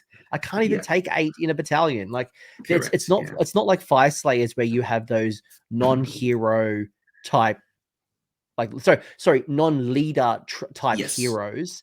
Like if that was in the book, because I went looking for them, I'm like, oh, there's none. Why is there an 8 option? I couldn't understand it. Yeah, and I think that's one of those weird things GW does sometimes, where they're like, let's stick to the theme of 8. If you read any of the War Scrolls in Khorne, 8 is the most common number. 16, you've a lot of Holy Within 16s for that sort of stuff. Lord of the Gore Chosen is really disappointing. I thought it was an extra attack for all, Gore Tide and having, Bloodbound as well. It'd be really nice to have that. Because, as I said earlier, we did lose a lot of the +1 attack bubbles that used to exist in the army. So what I'm hearing is High Priest of Khorne is like your one choice, unless you dip outside the book and you go to a universal command trait like Master of Magic. Correct. Yes. Yes. Yes. Love it. I did that on purpose. It's very nice. I do like that. It's like we'll just go the Arcane Tome as an option as well. Oh, not allowed to anymore, so it's fine. Look, it's one of those things that obviously High Priest of Khorne is your go-to. I do run a Slaughter Priest as my general. What it means is that you miss out on a battle tactic at the end of the day, or a potential battle tactic, which is this one's mine. You're probably not going to see a Slaughter Priest go in and kill something unless it's severely wounded, or you might get a lucky blood boil off. It's that sort of option in that space. It's one of those things where having the ability to cast 2 prayers is really important, and I really like that. If you're getting double the money, it's 220 points essentially. If you think about a Slaughter Priest, what's the value of a Slaughter Priest? Is 1 prayer. Let's make it 2. Let's double his value. So again, it's that sort of thing. It says priest only. I think it's a bit of a shame because Firebrand in the demon option makes you a priest. So that would have been nice to have, as an option in that space of something similar to say we're going to make you a priest as well, because it's not like demons don't have access to priests. So that's probably my only little bit of jealousy for the demon side. And like what leads me to the question I was going to ask you, and I'm glad you mentioned Firebrand, is if I'm a Khorne player, maybe I want to run a Mighty Lord of Khorne as my general. I've got the Blood Stampede in my idea. I run all the Skull Crushers, and it makes perfect sense that my general is going to be that Mighty Lord of Khorne at the front. When I look at those options, like there's nothing that screams to me Mighty Lord of Khorne general command trait that and I think that's probably the missing piece for me, because I probably would make Firebrand on a Mighty Lord of Khorne if I could. So it's an interesting one because it does pigeonhole you into High Priest of Khorne as your general when you may not want to make a priest the general. Correct, yeah. And I think that's why it is disappointing, because that flavor, they've really nailed the flavor in a lot of books with command traits, and this one just seemed, it just missed the mark, or they really wanted you to run the New Realm Gore Ritualist as a general. I don't know, maybe something in that thinking. Who knows? I tell you what, Unrelenting Hunter would be another good choice for the Mighty Lord of Khorne. Like, get it into combat. If it's forward, it's still within 3. It can fight again. That's cool. That's Khorne, and it would work really well with the Mighty Lord of Khorne. Yeah. And it's that thing of we'll get to artifacts as well. It's the same sort of thing. You're not really seeing an option in that space that allows you to say, I want to run a full Skull Crusher army. So look, if you're running mortals, you're most likely going to do High Priest of Khorne. That's your go-to. Would you, before I go to the artifacts, would you run a demon general and then just fill the rest of your points with mortals? Look, it it's not a bad option. It looks cool as well if you've got a big Bloodthirster as your general. In that sense, I would be running your Firebrand as well, just to get another priest.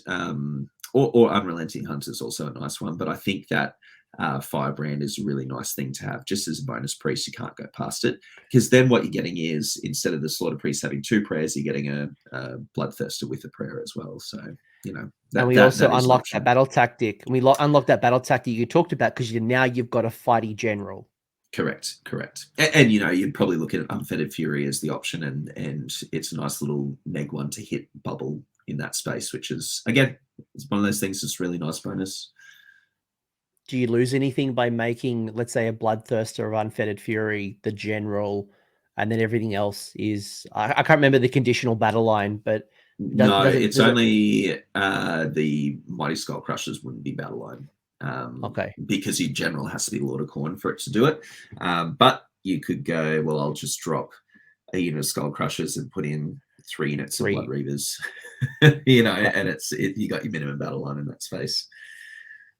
And even if you wanted to run the Mighty Lord of Khorne as a general, there's no good choice for them for a command trait anyway. So Correct. All right. Yeah. It's like damned if you do, damned if you don't. All right. Correct. Some good thinking either way. Either take a Bloodthirster as a general, a High Priest as your priest general, or Mighty Lord of Khorne if you want to run your juggies. But know that your command trait, you're kind of sacrificing a little. Your artifacts, you kind of alluded a little bit disappointed. Like for me, there's probably one. They're not bad. I think it's just they're not. You can't combo them with command traits. Like, it's just kind of, they're in there as a bonus. Blood Rune's probably not one that you're going to see very much, only because it's not bad, but again, you're wanting to get your hero into combat with a hero or a monster and potentially doing a wound. It's nice to get a Blood Tithe point, but again, you'd rather be killing the unit than hoping for the best. Banner of Blood's probably the one you'll see the most if you've got a Blood Secretor. It's the one I run. Reroll charges, hollow within 16. You can't say that's a bad option, because saves you some CP. If you're running Skullfiend Tribe, you're aiming for that 8+ charge, and there's nothing like a free reroll to do that. So, and it's a bubble, so I think it's really good bonus. 5-up ward, really nice for your Mighty Lord on Skullcrusher, only because it's a 5-up ward all the time, which is nice instead of against spells. Makes him a bit tanky. It's a nice little option. Gore Cleaver has been around since the first book. Used to be add 1 to rend, and then 6s would do mortal wounds that reflected the damage of your weapon. So it was really nice on the old Mighty Lord of Skullcrusher, because he was D3 damage. So he used to throw out, and if he rolled a 6, he would count as 3 damage, so it'd be 3 mortal wounds. So it's a nice little bonus in that space. This one is that you just do mortal wounds in addition to any normal damage on a wound of a 6, or of a hit, sorry. So it's a unmodified hit. It's not bad. As I said earlier, the foot heroes did get better in combat. The Crusher Lord also got better in combat. So it's not a bad one, but it's probably, compared to Crimson Plate and Banner of Blood, you're probably not going to see it. Yeah, Banner of Blood was my first, then Crimson Plate was second. If I had a third, maybe Gore Cleaver, but I think Banner of Blood's probably my first, because I probably am taking a Blood Secretor in my list. The Crimson Plate will obviously keep that Priest General alive a little longer, which is always going to be helpful. Because how important prayers are to the faction. And it is that thing of, with your demon artifacts right next to it, having Argrath, King of Blades, is one of those things where you go, it'd just be amazing to do that. Turning off ward saves is fantastic. So again, if we did want to run that Bloodthirster general, you've got an option in that space of having a priest who turns off ward rolls within 3. And against all the death coming out, let's do it. It's not a bad shout. Yeah. Or, you do Halo of Blood for the strike first. Like, there's so many good options there. But yeah. You can, and this is maybe why you don't go 100% bloodbound. And I'm not saying you should. I'm just saying that think about your options, think about what you're giving up, and maybe there is benefit of having a Bloodthirster, and then everything else is your bloodbound mortals. Is there anything in the universals that you would use instead, considering that, you know, you're not the biggest fan of all your choices? So command traits, I think adding a wound to general's not a bad one.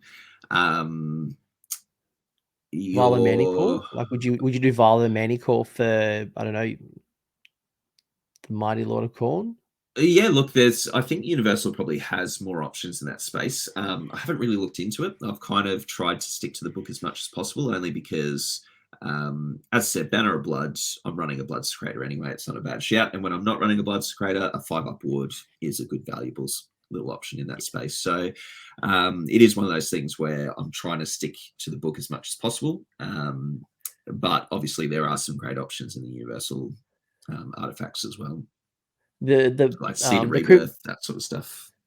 The Crimson Plate might become more valuable when we get out of this season where Galatian veterans can be targeted. So right now you may not need it, especially if you're running lots of like Bloodbound Warriors and things. But yeah, I think they're probably the two ones. But all right, let's talk about the good stuff. And that is probably the best page in the entire book.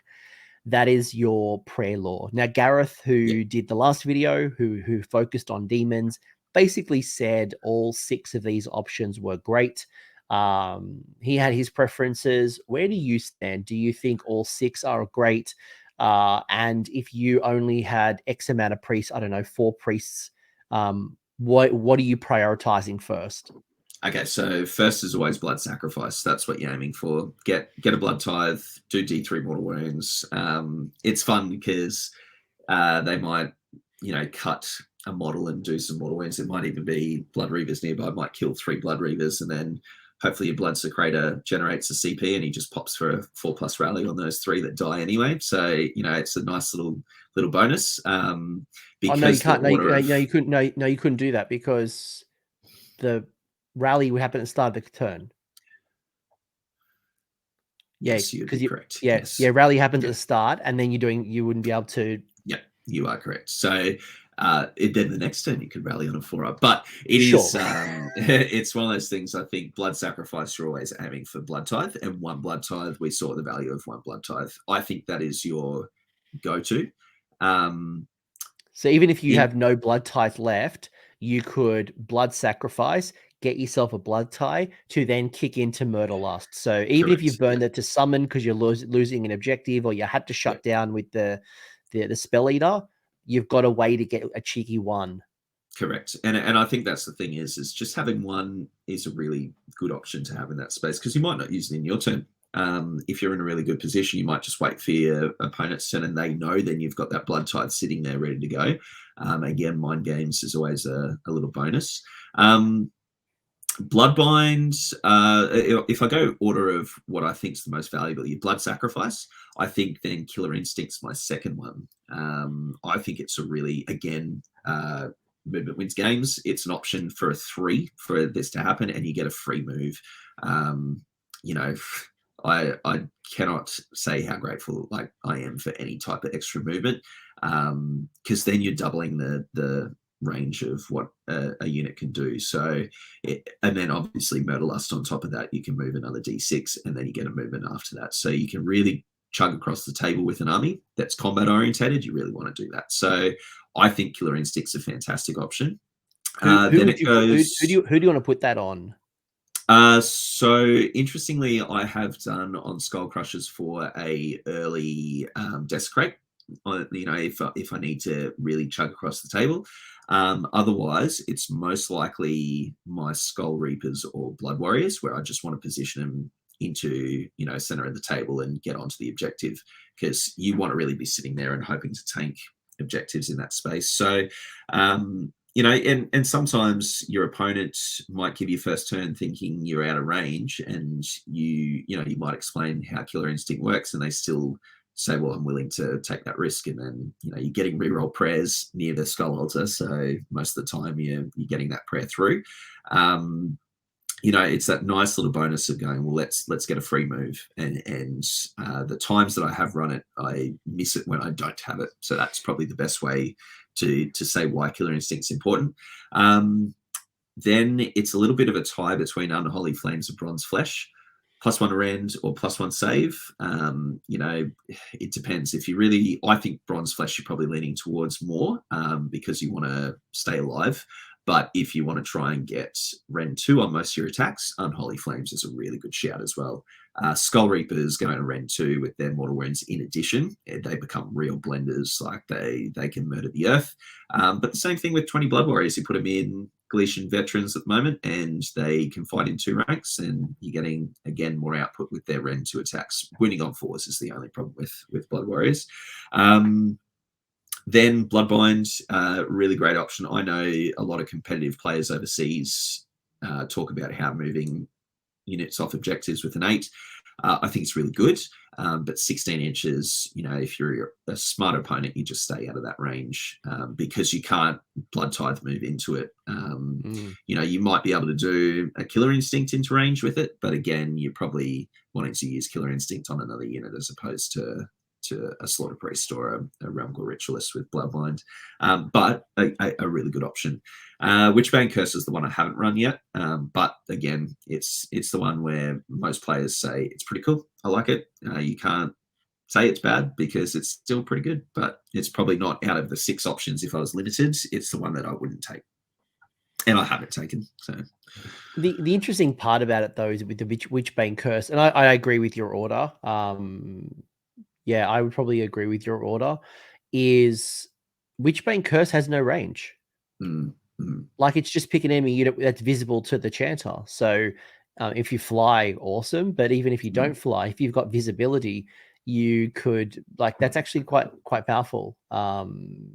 It's in certain armies, in addition to Spell Eater as the Blood Tithe table, plus obviously your ability to shrug spells and endless spells on a 5-up, like being able to pop those 5 wound idiots on the back of the field. And if you use Hex Gorgeous Skulls, then you know you're putting the fear of Khorne into people who have the ability to cast, and maybe they don't cast, which is a win, exactly. Right? Damned if you do, absolutely. Damned if you don't. Absolutely. And that's where, like, the Cygor option you were talking about earlier is also a really great shout to say, well, you've got the Witchbane Curse on this guy, then you've also got a Cygor nearby to say, you know, Witchbane Curse works if you don't successfully cast, then you're copying more wounds. And then if you do successfully cast, you're copying more wounds. So it's that sort of thing of, oh, what do I do in that space? And yeah, whilst they're cheap, get a Cygor. And that also might force your opponent to use heroic recovery. So their heroic action, instead of using it for a CP or a finest hour, you're forcing their hand to just keep their wizard alive because they don't have Emerald Life Swarm or, you know, other ways to heal. So again, forcing your opponent to make tough decisions, you're winning. Yeah, absolutely, absolutely. But yeah, cool. as every Khorne player has said, the prayer law is amazing, and I'm so glad they did what they did with it. How many prayers do you have in your army? Like, are you taking 4 priests? Are you taking the high priest to get the extra? Like, how many of these realistically are in your army? 3 to 4 is probably what you're aiming for. At the moment with high priest, because he's casting 2, I am taking the enhancement of an extra prayer. So all priests get 2 prayers when they take the enhancement. So it just gives you options. It just means that even though you're chanting 1, you still have the options out of the 6, which are great. And having that really valuable option to say, well, you know, like my Realmgore Ritualist is either running Blood Sacrifice or Blood Bind. So she might be cutting herself, or if I really need to pull something off the objective and they're close by, then I move them 8 off the objective. And it's a really great little combination there. And it also works well when we look at the artifact choices previously. There wasn't that many strong artifacts. So if you take Warlord Battalion, you don't need to go for the extra artifact, which is most people's default. Instead, correct. You go to the enhanced prayer.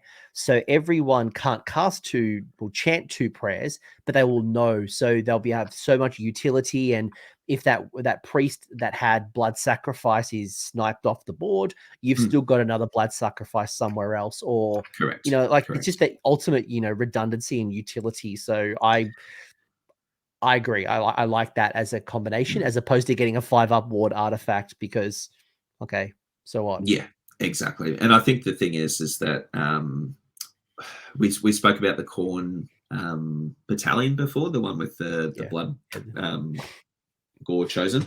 The Gore Chosen. Blood Gore Chosen. That's where I did start looking at that, because I liked the idea of just running the Khorne battalion, but the reality is Warlord's a better option because you've got the enhancement and then you get a CP as well. So it's, that sort of option is saying, well, I'd rather run that than just you one drop and get an enhancement sort of option, because most of the time if you're not one drop, you're 11 drops. That's kind of my way of going with thinking, is if you're not one or two, just go as many as possible and outplay your opponent with deployment. Yeah, and you've obviously got the defenses to with your ward saves and things. Or not you, demons have, but you've got a whole bunch of abilities to support you, and the movement obviously comes into play. All right, we got some slaughter hosts. These are not equal because with our mortal lens, things like the Baleful Lords is just not that helpful. Obviously, if you take a demon general, different story, but with our mortal hat, how do you look at your 6? Yeah, so obviously the bottom 3 there, so Gore-Tide, Skullfiend, and Flayed. This is the same as it was in the last book. The Flayed was one of the Ever-Chosen sub-factions, so that was brought into Khorne with the new book, which is great. Same deal with the Baleful Lords. So they've had 4 originally, and then they've brought in 6 now, which is really cool. It's a shame it's not 8, but, you can't win them all. But I just want to pull one out for Slaanesh, because while you brought a whole bunch in from that book, they lost all 3 of them. They lost this, exactly. They lost all of them, and the Slaanesh players were salty. Yeah, only because that's all they ran was the Lurid Haze one, so I can see why they were disappointed with it. Look, I think all 3 are great options, personally. I think the last book, a lot of people ran, I ran Gore-Tide because it was a run and charge option for Blood Warriors and Blood Reavers. And it also gave you a reroll 1s to wound if you were wholly within 12 of an objective. Really nice little bonus. I really liked Gore-Tide. Now it's an add 1 to wound roll if you're attacking a unit that's contesting an objective that you don't control, or if you're wholly within your enemy territory. Again, I like it. It's probably going to be important in the first 2 turns when you're trying to take objectives off your opponents, where you're getting that real bonus. But it's probably the weakest out of the 3. That's the reality for me. What's the list construction like? Does this reward just any bloodbound, or is it rewarding you into one particular unit type? I think it's probably universal. I think most bloodbound armies could play it. You could run it with a Skull Crusher list. You could run it with a Blood Reaver list. But again, Blood Reavers, you're getting +1 a wound from being near a Blood Secretor, so it's probably not super important, but it's that sort of thing if you're not really limited in wanting to build a certain way with Gore-Tide. So it's basically a universal. So regardless of how you're building your bloodbound, everyone's going to benefit, whether it's the small heroes, whether it's your different types of troops, so long as you're contesting objectives. Yeah, and Gore-Tide's meant to be like the Hagnar of Khorne. Like they're the ones that Korgus Kull, took over the whole universe with, basically. So they're your generic sort of option, I guess. Skullfiend Tribe, really interesting one for me. I at first did not realize this made Skull Reapers battle line, and once I saw that, I got tunnel vision, and now all I run is Skullfiend Tribe.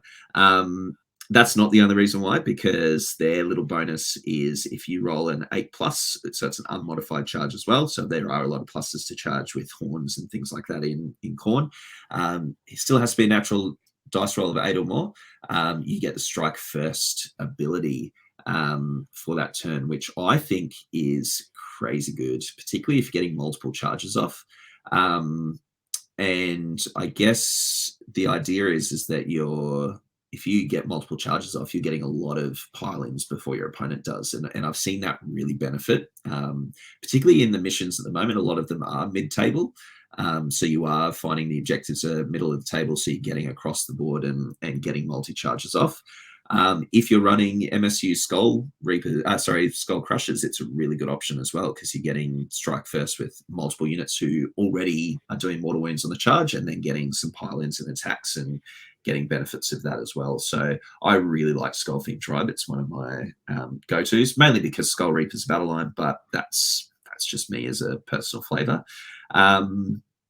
The Flayed, also a really good option, which is the 5-up ward if you have been picked to fight in that phase. So again, it's one of those ones where if you're running Skullfiend Tribe and you're striking first with stuff, and then you're like, that'd be cool to have a 5-up ward after doing that. But it's that sort of thing of, I think it's a really valuable option is to have that 5-up ward after you've piled in. It makes your opponent really think about where they're going to do activations as well, particularly if you've got multiple combats. Because do they want to be going into something with a 2-up save and a 5-up ward, or a 3-up save, 5-up ward? Or do they want to try and hit something that's got bronze flesh on them, so they're on a 2-up save already? You know, it's a lot of options in that space to play with. So I think Skullfiend and Flayed are probably my two that I really look into. I swear I'm paying attention to you. The math hammer in me needed to see the likelihood of the 8-inch charge, and it's a 41% likelihood of hitting an 8+ on 2d6, without the reroll. So then I was just quickly trying to see what I could then also find on a reroll. So I'm sure it works out to be about I haven't got the number, but I'm sure it works out anywhere from like a 60% to like 50, 55 or something. So yeah, which is why you look at that Blood Secretor with the reroll charges, Hollow Within 16. It's a really nice little bonus. And then if you're running the Mighty Lord on Skullcrusher, he has a command ability which is reroll all charges once per game for Skullcrushers Hollow Within 16 of him. So there are options for rerolls, and I think that's where that, you know, yes, it might not be all the time, but it's a nice little thing when it does go off. So yeah, Skullfiend and Flayed for me, they're really two good options there. And Gortide is great if you really like Corgus Skull and you want to run him, then go nuts. What's again, similar question to I asked you with the Gortide. What's the archetype, or like what's the unit construction or the choices? Like, obviously not the choices, because we are going to show you a list, but what are some of the units that benefit more with the Flayed, for example? So Flayed, I'd probably say this is where you could become Nurgle. That's how I see it. So you get a 5-up ward for piling in. Let's go Skullcrusher army. So you go Flayed with them. They're rolling in. They've got a high armor save.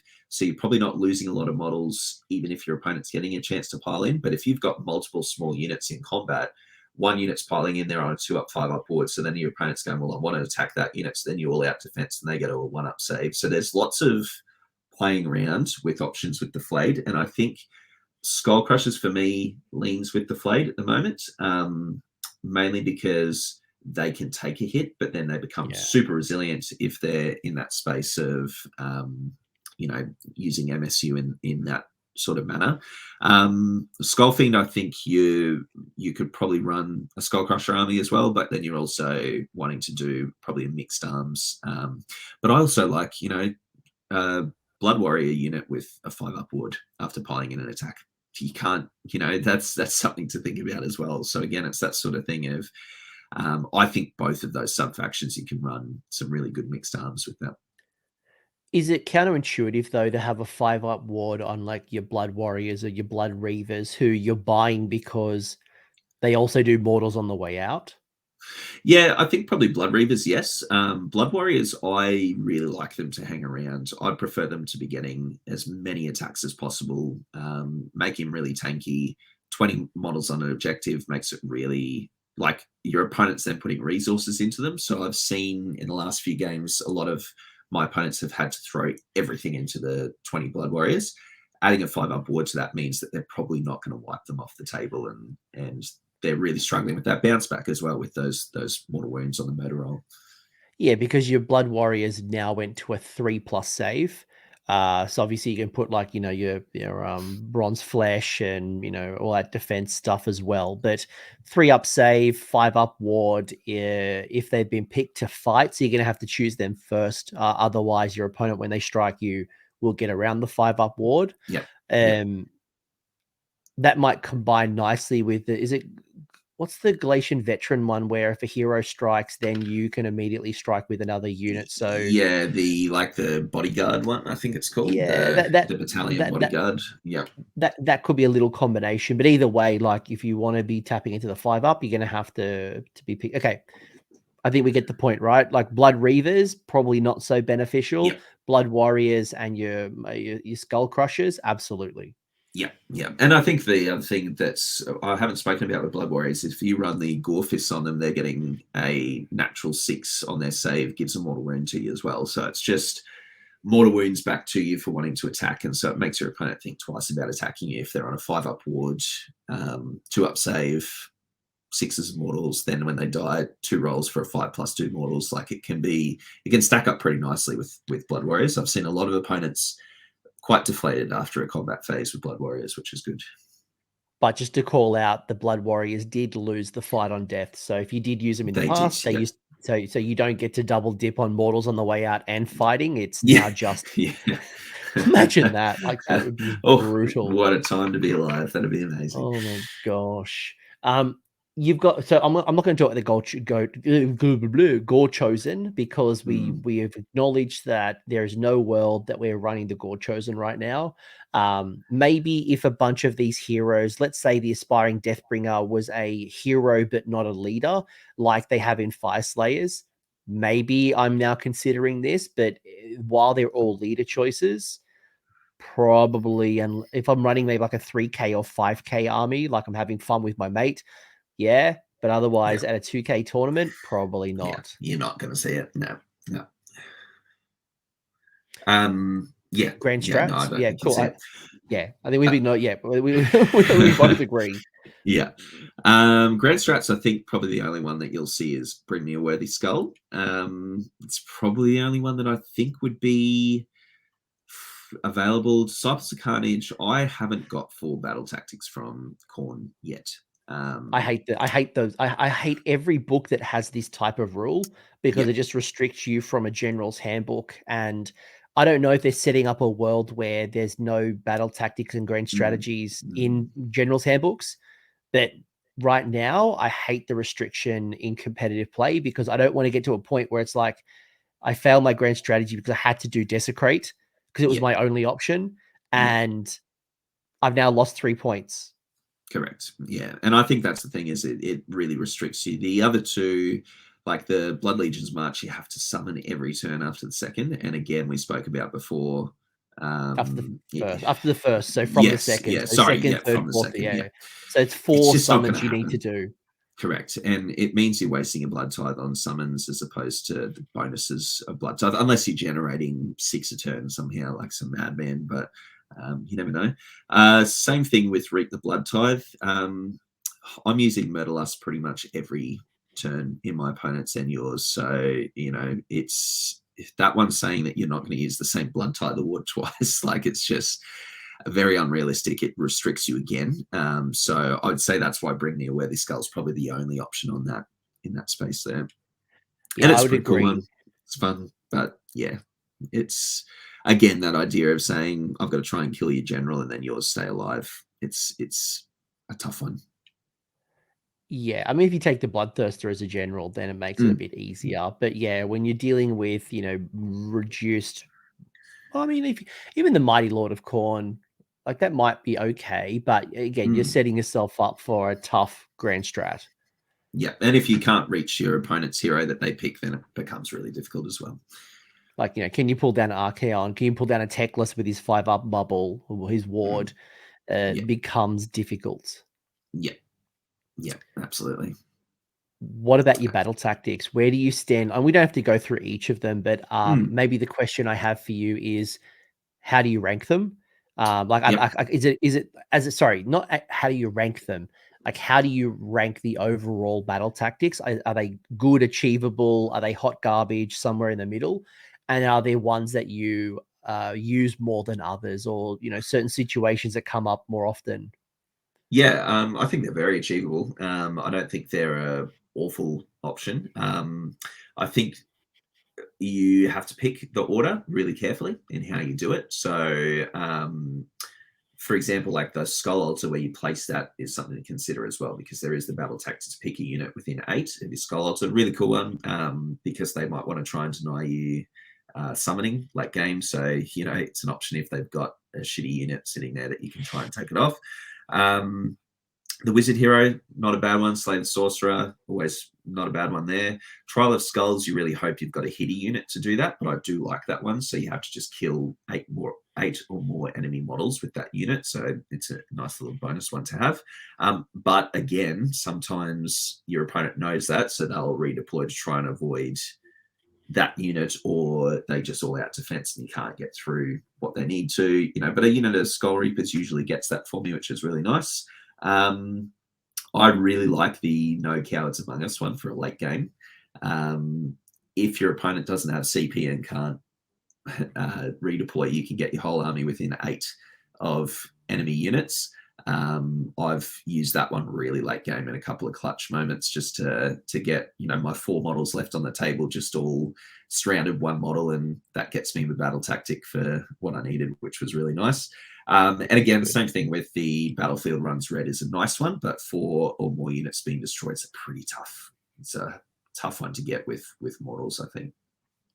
What about Leave None Standing? We didn't mention that one. Yeah, sorry, I do like Leave None Standing. I think it's there's a similar one in Soulblight where I think it's like opposite though. They have Grasping Hands where the Soulblight says if you're within 3, you have to be within 3 by the end of the turn. This one is if you're within 3 at the start of the the combat phase, it means there's no enemy units within 3 of that. Now, pardon me, it is saying that it's the unit has to fight in the combat phase, so you can't just retreat.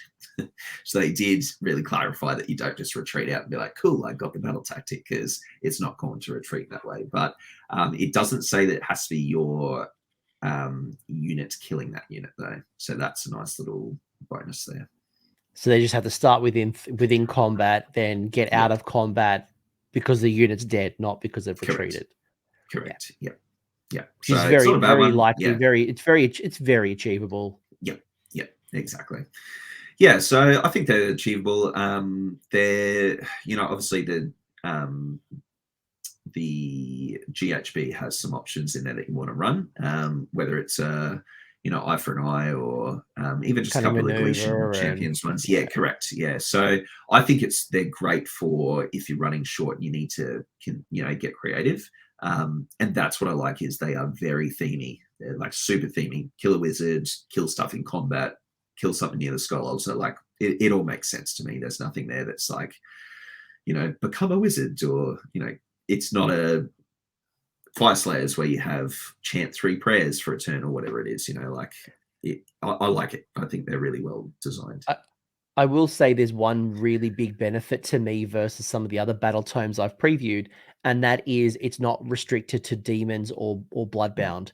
A lot of them do have like a Bloodbound unit has to do this, or like a very specific type of keyword.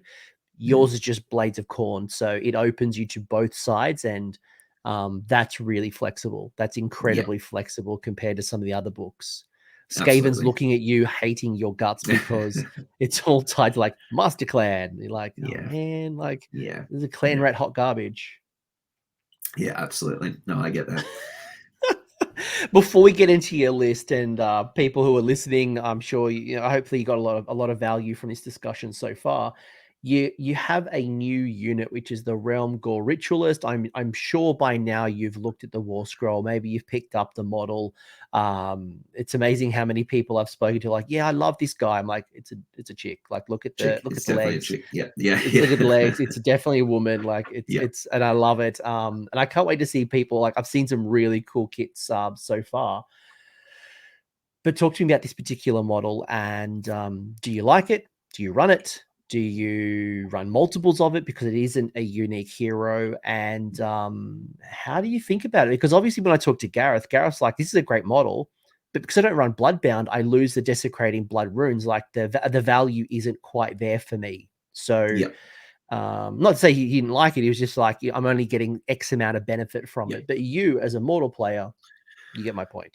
Yeah, absolutely. Overall, I think she's great. 100 points for a wizard, for a priest. Sorry, you can't go wrong with that. Her personal prayer is really good as well. So reducing a unit's attacks by 1. Really nice little bonus. I haven't used that yet, but it is nice against some really hard hitting armies out there. Like even I think as a Sylvaneth player, like rolling in with my Scythe Hunters, if I'm reduced by an attack on all those Scythe Hunters, it does mathematically impact on their damage output. So it's something to consider in that space. And you can't stop it. It's not like a wizard where you can unbind. So that's a really important thing to consider with Khorne. She is cheaper than a Slaughter Priest, but she doesn't have an unbind. So that's probably the only difference. She also has fewer wounds than a Slaughter Priest as well. But her bonus is the Blood Rune ability. So I really like this. I've played Slaanesh for the last 4 games, and Slaanesh getting the neg 1 to hit after their 7 depravity or whatever it is really hard to get through as a Khorne army. This is a good counter to that. It means you're not spending a CP on all-out attack. It's a really nice bubble, so where you've got an objective or a terrain piece, and you scratch it at the end of the movement phase, and basically every Khorne unit, it's bloodbound units. That's why it's good for your mortal side of things. So it's all bloodbound units wholly within 8 of that objective or terrain feature get +1 to hit. So as a mortal army, I think it's a really great bonus. I'm only running 1 of her at the moment. I did have an army with 2 in. And potentially using like Drom as a fill-in because he's a really cool model that kind of suits the aesthetic as well. But at the moment, I've got a couple of Slaughter Priests and 1 of her in there just as a nice little bonus to have. You answered part of my question. I was going to ask you a couple of questions. Was 1, are you taking her? And the answer is yes. The second question is, are you taking multiples of her? And the answer is no. Obviously, you could, but you are trading off a little bit. Yeah. The third question is, are you making her the general? No, I don't think she's survivable enough to be a general. She obviously can hide next to your battle line units, and that's fine. But what I'm tending to do with her is wanting to get her up the table to scratch an objective or terrain piece. So she actually has to be in a pretty dangerous position to do that.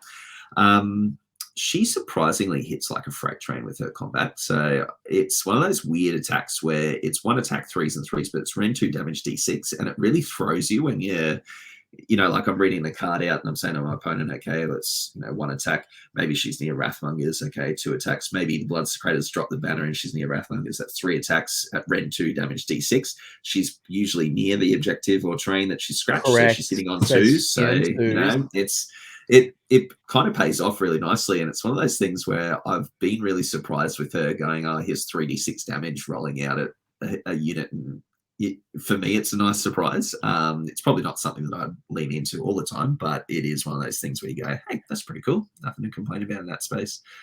And most people would underestimate the priest. Like when you see a wizard going in, you're like, all right, cool. You get 1 attack, you might do D3 damage, so what? But then when you look at like, yeah, you scratch the objective, you're hitting on 2s, Rend -2 for D6 damage. Yeah. Then add, if you happen to have the +1 attack, auras or whatever, then that's pretty risky. It's a very dangerous model. Yeah, and it's a good time. It's just a lot of fun seeing a little priest just start carving people up with a ritual dagger. So yeah, look, she's a good unit. I do like her as a add-in to the army. Yeah, I would take 1 of her, and I would definitely make sure. Yeah, but I wouldn't make her a general. You're right. Just not survivable enough, and losing her because you're right. You want to be in the thick of things on objectives. You don't want to lose your general. There's obviously a lot of knock-on effects off the back of that, but yeah. So Gammie, we are now at your 2 lists. So we've talked like almost for 2 hours now, just kind of unpacking your thoughts and how we look at the army and the units and the combinations. But now we're going to bring it to life here. So there are 2 examples. The first one being the flayed. Take what's theirs. The Triumph is inspired. The units you've got is the Lord of Khorne on Juggernaut, which is the general heroic stature and the Crimson Plate. You have the Slaughter Priest with Killer Instinct, a Slaughter Priest with Unholy Flames, a Realm Gore Ritualist with Blood, Sacrifice, and in the current season, it would be the aspect of the champion with Tunnel Master. Love that. You have 6 Mighty Skull Crushers with the Blood Glaive, 6 Mighty Skull Crushers with the Blood Glaive. You've already mentioned in the past it's because you've modeled them. You prefer the ensorcelled axes, but yes, that's where you're at. Speaking of ensorcelled axes, you have 3 units of 3 Mighty Skull Crushers with the Ensorcelled Axes. You have Hexgorger Skulls and the Bleeding Icon coming in a 2-drop, 131 wound, 1980 point list battle regiment. So the only thing not in the battle reg would be the Realm Gore Ritualist. Correct. Yeah. Interesting. Why that one? Look, she's one that I can kind of put her where I need to, and then she gets the Tunnel Master anyway. So it was just kind of, it's make an option. She sticks out as one that could be different. So she just didn't want to come to the party of Skull Crushers. So that's kind of my thinking in that space. If I could run 3 sub commanders in Battle Reg, then I would, but you can't. So that's the real thinking behind it there. Look, it is obviously leaning heavily into a particular theme. We spoke about the Flayed earlier, about the 5-up ward, and that's my thinking in this army is let's make you as resilient as Nurgle, and let's, you know, have an average save of 2+ on the table.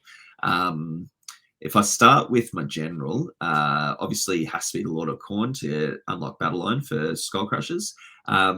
We spoke obviously earlier about the command traits. Heroic Stature just makes him +1 wound, +1 wound rather. So he has 9 wounds instead of 8, which makes him, you know, nothing to laugh at. He is a general on a 2+ save with 9 wounds, and he has a 5-up ward naturally with the Crimson Plate. So he is very tanky. Again, let's go Khorne, baby.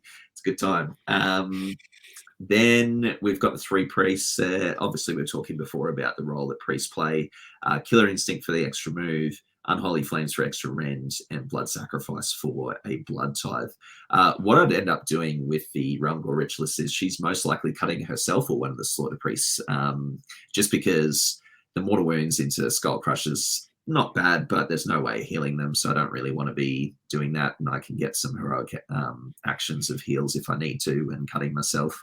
But yeah, it's pretty simple, but a lot of fun in the sense that it's pushed 21 Skull Crushers across the table, 22 with the Lord. You know, flood the table. You know, the base sizes are massive for Skull Crushers, so it is that sort of sense of the gravitas of putting down that army. It does put that fear of that moment for the opponent to say, okay, what does this army do? If I had the banners, then I would break this army into 7 units of 3. Skull Crushers, just for the sense that running units of 6's only benefit really is your prayers, obviously being buffed, and then like an all-out attack or all-out defense. You're obviously getting more value in that sense. But really, at the end of the day, you could do all of them as units of 3 if you wanted to build this army a little bit differently. And the Skulls and the Icon, because I think it's kind of like your Swiss Army knife option there. If you're not coming up against armies that are running wizards, great, then don't take the skulls. You know, don't throw them out. If you're coming up against OBR, don't throw the icon out because they're not getting battle shock. So it's that sort of thing of you've just got options in that space, and it's 90 points. You know, it's if I really wanted to, it could be 110 points, which I put another Slaughter Priest in, but I just like the flavor of having those prayers in there as well. So yeah, it's pretty straightforward. And obviously the Skull Altar had a change as well, where when your priest is garrisoned on the terrain feature, it's going to double the range of those invocations too. So I can't remember what the ranges are, but that does make it a lot better to either deny battle shock and get really into the meat, or start popping wizards. And because they're both invocations, a lot of armies don't have the ability to interact and remove them. So, which is another great tool. Yeah, and it is that thing of the time they disappear is when they proc off and do what they need to, which is great. So, yeah, look, it's this is an army I actually want to run after a tournament that I'm going to this weekend. So I'll be using it, and I'll let you know how it goes in action. I'm excited to run it, and the good thing about this army is you could run it in Skullfiend Tribe, you could run it in Gore-Tide if you like, just for some different flavors to try and get those bonuses out. This is like a Khorne Sons of Behemat army. Like, yeah, you don't count as 20 on an objective, but you're this big area of meat that just sits there, takes damage, grinds it out, and should hopefully grind you out better.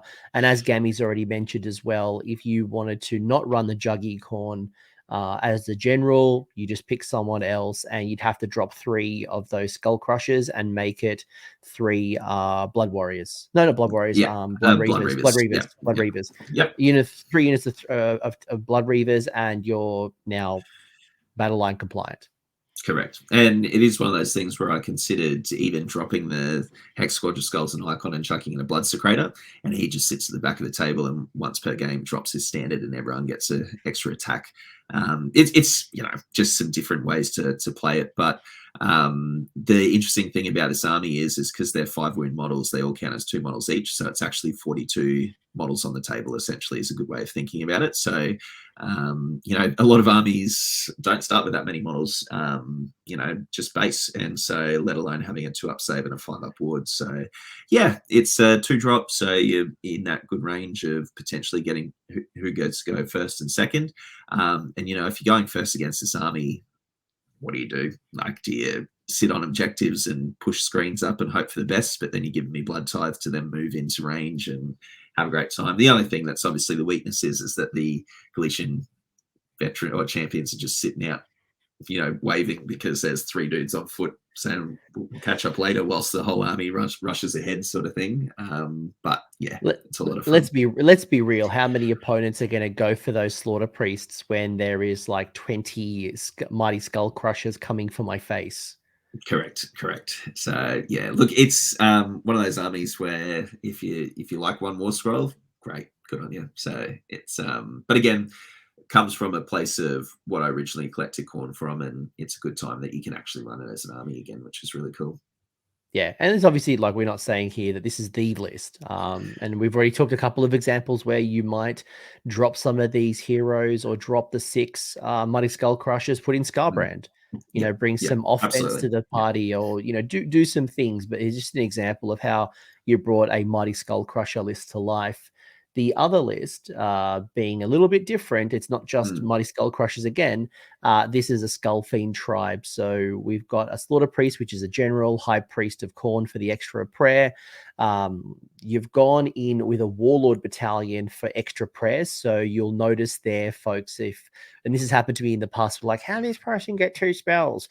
It's because Warlord Battalion, they've chosen the extra enhancement. So the Slaughter Priest has Bronze Flesh and Unholy Flames. There is a Realm Gore Ritualist, which has Blood Sacrifice and Killer Instinct. You've got a Blood Secretor with the Banner of Blood, and it's the aspect of the champion in the current season with Stubborn as a Rhinox. You've also got a Blood Stoker, 20 Blood Warriors, 2 units of 3 Mighty Skull Crushers, 10 Skull Reavers, 10 Blood Reavers, 2 Skull Cannons, and Hex Gorgeous Skulls. Whenever I think of Skull Cannons, I never forget the Facehammer preview in the 2nd edition book, where for like a brief 2 weeks, Wrathmongers could buff Skull Cannons. Yes. And so could Blood Secretors. The amount of internet purchases, like, I want 4 Skull Cannons. It was insane for 2 weeks. And then it was quickly nerfed, and then those same buy and sell pages, like, I have Skull Cannons to sell. Yeah, Skull Cannons. Anyone wants Skull Cannons? Yeah, look, it's obviously we spoke at the start of the video about whether mixing in demons is a good idea or not. Interesting with this list is this is one that I've been playing around with for some tournaments. Even from what I sent to you, it's changed briefly as well, just in the sense of just some options in that space. The 140 points with the Skull Cannon, I have only been running 1 at the moment, and it's playing its role of just shooting what it needs to and being annoying. 2, I think, provides a really good option for your damage output and obviously having the reach that you need, that you lack with a Khorne army. Look, the thinking behind it is Skullfiend Tribe, obviously, for the Strike First ability. This is where, I guess, for units on foot, it's going to play a little bit more of a role because you're really wanting to hope to get those big charges off and then get benefits running those charges as well. So what you'll probably notice is that I've only got 2 priests. That, I think, is a little bit of a weakness to the army, is because you're obviously wanting to get as much of the prayers off as possible. And you can see there bronze flesh unholy flames on the slaughter priest who's chanting 2 prayers, and then blood sacrifice or killer instinct from the Rumgor ritualist. So it's probably one of those tough ones where she's wanting to get blood sacrifice, but she's also wanting killer instinct for the extra move as well. But again, it's probably your choices in what you do there, and your order of effect sort of thing. Bloodstoker for run and charge, can't deny that for, dudes on foot. It's a really good time. So he picks D3 units at the start of the movement phase. One thing that I kind of discovered after playing a few times is that the order of actions with him is really tough if you're using Murderlust and then you're moving stuff out of range of the 3 inches for his whip. So it's kind of really important where you deploy him. But the 20 Blood Warriors, I love to death. They have been such a joy to run. And what I actually do with the Blood Warriors and Blood Reavers is put them in Gleetian Veterans usually so that you can get 2 ranks to fight. And it's that sort of thing of having a real solid core. You'll see that obviously the core of the army is the 10 Skull Reapers, the 20 Blood Warriors. And what I tend to do is the Mighty Skull Crushers go up the flanks, do what they need to, push up on those objectives, put some pressure on your opponent. Meanwhile, you have the 30 bodies moving up the table with 2 skull cannons on either side of them, moving up and doing what they need to. So Hex Scourge of Skulls, could be an icon if I wanted it to be, but I think they're a really great option. And 50 points, if you're not using them, it's 50 points. You're not really feeling the pinch of that at all. No, and obviously it's a meta choice, right? Like if the meta swings more to hordes, then you go to the icon. Right now, probably with Seraphon, I can probably see why you'd go the Hex Gorges a little bit more, but obviously the points values are similar, so it's an easy swap out. One burning question I have for this particular list is you mentioned 20 Blood Warriors being valuable right now because of the Galatian veteran champion ability. The battalion. Yep. Let's say it's next season and there's no benefit. Would you still run 20 or would you split them into 2 10s, or would you just drop them to 10 and not I'd reinvest it split them somewhere into else? 2 10s. Yeah, I'd make them 2 10s. I think Blood Warriors are really valuable now. And what it means is that I make those 2 units a 10 and then the Blood Reavers get dropped, and that's 80 points. 100 points with the points left over there to add in another Rumgor Ritualist if I want for a priest. So I think there's not too much in the loss of 20 Blood Warriors. I just like the idea of a big block of dudes sitting on the table. But again, it's more Blood Tithe, it's murder rolls, I think it was more the value of the block of 20. Like, is the value tied to the ability to strike in 2 ranks essentially? And if that wasn't there, did a 22 slap? So does a 20 still slap? Like we've talked about the redundancy of having 6 Mighty Skull Crushers. You're like, well, the value's still there for me. Yeah. Look, I still think the value's there because you're getting buffs from the priests. So you're putting an extra save on them, or you're putting an extra rend on them, and then you're doing an all-out attack or all-out defense. I still think the ability with the CP and then your prayers are also really valuable in a unit of 20. So if you're not fighting in 2 ranks, I still think you can honeycomb to still get some dudes fighting in combat anyway. So it's not too bad of a change in that space. No, and I guess the benefit is you, like you said, you can literally just swap them out and just do 2 units of 10. Correct. I've got some burning final questions I put out on Facebook and Discord, asking questions. And boy, oh boy, are you basically the new king of England? The amount of questions, basically, I always wanted to leave the Facebook group because you were popular. So I'm gonna burn through these questions. Sure. And some of them we might have already acknowledged. So just acknowledge that I'm calling your name out. But otherwise, we'll see what we can give you. So Aiden Lee saying, how does the Rend -4 to -6 Exalted Deathbringer with a spear fit into a list? And is it worth bringing him? I've had a lot of success with him, but I prefer to hear professional. So you're asking the wrong people here. Yeah, no, exactly. But, yeah. So like, what's the value of the Exalted Deathbringer with a spear if we're generating some ridiculous rend? And is it something you'd bring? It's not in either of your lists. Look, I really like him as a model. I also like him as the getting the bonuses with that rend, and also his extra attacks as well when he's not near other generals and things like that. Like he's always been okay. Personally, I think if you like him, then run him. He's a blood tithe point if he dies, but he's still a 5 wound, 5 up save. You know, he's not super reliable in staying around.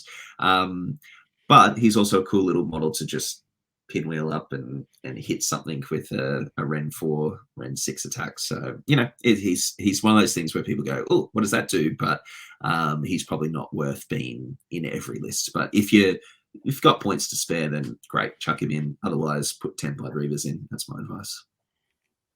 Chase Price asked like a million questions. We've kind of acknowledged them already. So he asked about, you know, how often are you using Murderlust and why is it every turn? Well, I think we already talked about that. He asked a couple of other questions. We've already acknowledged the Firebrand on the Thirster. But maybe one I'll call out, and because it already features in one of your lists, was Skull Cannons 2 or 3. And you've actually said 1 has been valuable enough. So is that kind of what I'm hearing? It's like 1 to 2 is good. 3 might be a bit too much. Look, I think for their price, you can run 3 and be okay with it. 140 points for a Skull Cannon's not bad. And I see him as like a pseudo Bloodthirster with their attacks. So 4 shots at 3s and 3s, Ren 2 damage D3. You know, at the end of the day, it's nothing to worry about in the sense of are you getting bang for buck? Because I think 2's great. I think 3's excellent. But 1's also good. You know, it just depends on your list and what you're building around in that space. So, yeah, I think both are great options. Sean McNamara had asked a couple of really good questions, but I'll call out the one that I like the most, which is, what is the best hammer unit for mortals? Which is a fascinating one because we talk about like the Skull Crushers, and they are a great anvil, but they're not the best hammer. And hammer being our damage dealer, if anyone doesn't know the terminology. So what would be a great damage dealing unit for mortals? Look, I think probably you're looking at the Skull Reapers. I found because they're doing mortal wounds in addition, and you can buff them up to be Ren 2, there's not a lot of high damage. What you'll find is it's lots of attacks and lots of rend, but not a lot of damage being put out. I don't think it's a bad thing, but you're wanting to try and get as many attacks as possible. So I was running Wrathmongers for a little bit next to the Skull Reapers, but I found with all the movement shenanigans, they just weren't getting the bang for the buck they used to. And your Blood Secretors obviously once per game now. So it's one of those things where I think Skull Crushers can still play a role in that, but I think your Skull Reapers are probably more likely going to be more consistent. Blood Warriors are nice, but they're not really going to do the damage output at 4s to wound. And as soon as you cop a neg 1 to wound, you're in a lot of trouble with Blood Warriors. So I think Skull Reapers is my answer to that one. Friend of the channel and cracking Khorne player, Konstantinos Kelos asking, and this is an interesting one because he's a very smart Khorne player and asked an interesting one that we haven't spoken about. And the question around it's actually less of a question, but more something that he said was, I personally need a TED talk about Wrathmongers and how their Schrodinger's Khorne unit being both important and useless at the same time. Now, the Wrathmonger did not feature in either of your lists. So am I taking that it is more of the useless to you than important? Or is it because you are mortal that it's not as valuable? Because I always see like Wrathmongers buffing up Bloodthirsters and Scarbrand. And like that's how I've always traditionally seen them being used. But what's your thoughts on that statement? Look, they definitely feel like the go-to. Like you've always got to have Wrathmongers. I had them in my list up until this weekend, so they've sat in the army and done absolutely nothing. So it is one of those things where I think in theory you say, "Wow, cool, +1 attack to Holy Within 8." We no longer get +1 attack for buffs that are consistent. So you're wanting to get the benefit of it. But 140 points turns into a Skull Cannon for me. And that's where I just look at that trade-off, and it's a damage from distance, or it's potentially getting an extra attack and trying to keep up with everything. What you end up doing is you're just running with the Wrathmongers the whole time, and they're literally chasing a run rounds with their chains saying, can we give you a buff? But Holy Within 8's really hard to stay in range with. So I would say put them on the shelf. let them watch on from a distance. And if you really want to lean into them, like a couple of people in England were doing, go 10 of them and have them have a wild time and be your hammer unit if you want to. So, because you can still do a fair bit of damage with them. They've got a +1 to hit naturally now. So it used to be on the charge, it was +1 to hit. And they were hitting on 4s all the time. So now it's just 3s. And they dish out mortal wounds if you roll a hit of 1 against them. Cool. But again, it's that sort of thing of if you want to lean into 10 of them, go nuts. But otherwise, leave them at home. I'm just looking through all the questions, and I think we've acknowledged a lot of them. I can see, like, Christian Martin asking about Skull Crusher armies. Yep. Talked about like a Skull Crusher army with Scarbrand and a Fury, and some people asking about like how many heroes. So I think we've acknowledged a lot of these questions. And while I'm not mentioning your names directly, people, it looks like we've kind of gone through a lot of these. Maybe the one, there's probably 2 more that I just wanted to call out, is Zermorgul asking, do you think Archaon, or I mean, we've already talked Coalition, but we haven't talked Archaon. And there was a time, and I know the sub faction has gone and completely changed, where Archaon was such an important piece to what was the sub faction? Archaon double it was fighting. Reapers. Yeah, he used to Reapers run of Vengeance. Yeah, that's it. Reapers of Vengeance. I remember. Where does Archaon stand now in Khorne as a coalition model? I haven't really thought about him, to tell you the truth. I think he's a lot of points to put into an army. I think he does a good job. I don't know if he plays the role that we need him to. Can he be coalition because he's wizard keyword? That's a good question. Surely they're not going to stop him because he's a War Master as well. He's a War Master, so surely he can come in. We'll have to check the tapes. Tapes. Surely the intention is for Archaon to be in Khorne, but because I think that's what everyone initially went, hang on a second, we're not allowed to have wizards, and he is a wizard keyword. So look, surely the intention is to have let's assume he can be. Let's say we'll have he to check can the be. tapes. Yeah. We'll check the tapes, folks. Don't actually me, like we'll have to look at the rules. But I would assume the intention is that they want Archaon in every type of build. Let's assume he can. So let's assume that we can. I'd say no. I'd put Scarbrand in instead, and he's cheaper. But it's that sort of thing of, I think, depends on what role you want him to play. And I don't know what Archaon plays in the sense of a Khorne army. Like, I think he, in Reapers, he was always double piling in and trying to, sort of ages off, King hit people, do all that fun stuff. I don't think he does that now. And I don't know if he could have a bit of fun with it. But again, same thing I said with coalition units at the start of the game, start of the recording, which is, he's not getting the Blades of Khorne keyword. And that plays a role in what you get as bonuses there. So he's not getting the Medalist, he's not getting, the bonuses of a lot of the stuff in that space. So I think he'd be a great model, and he's a very cool model. I don't think he plays a role in Khorne though.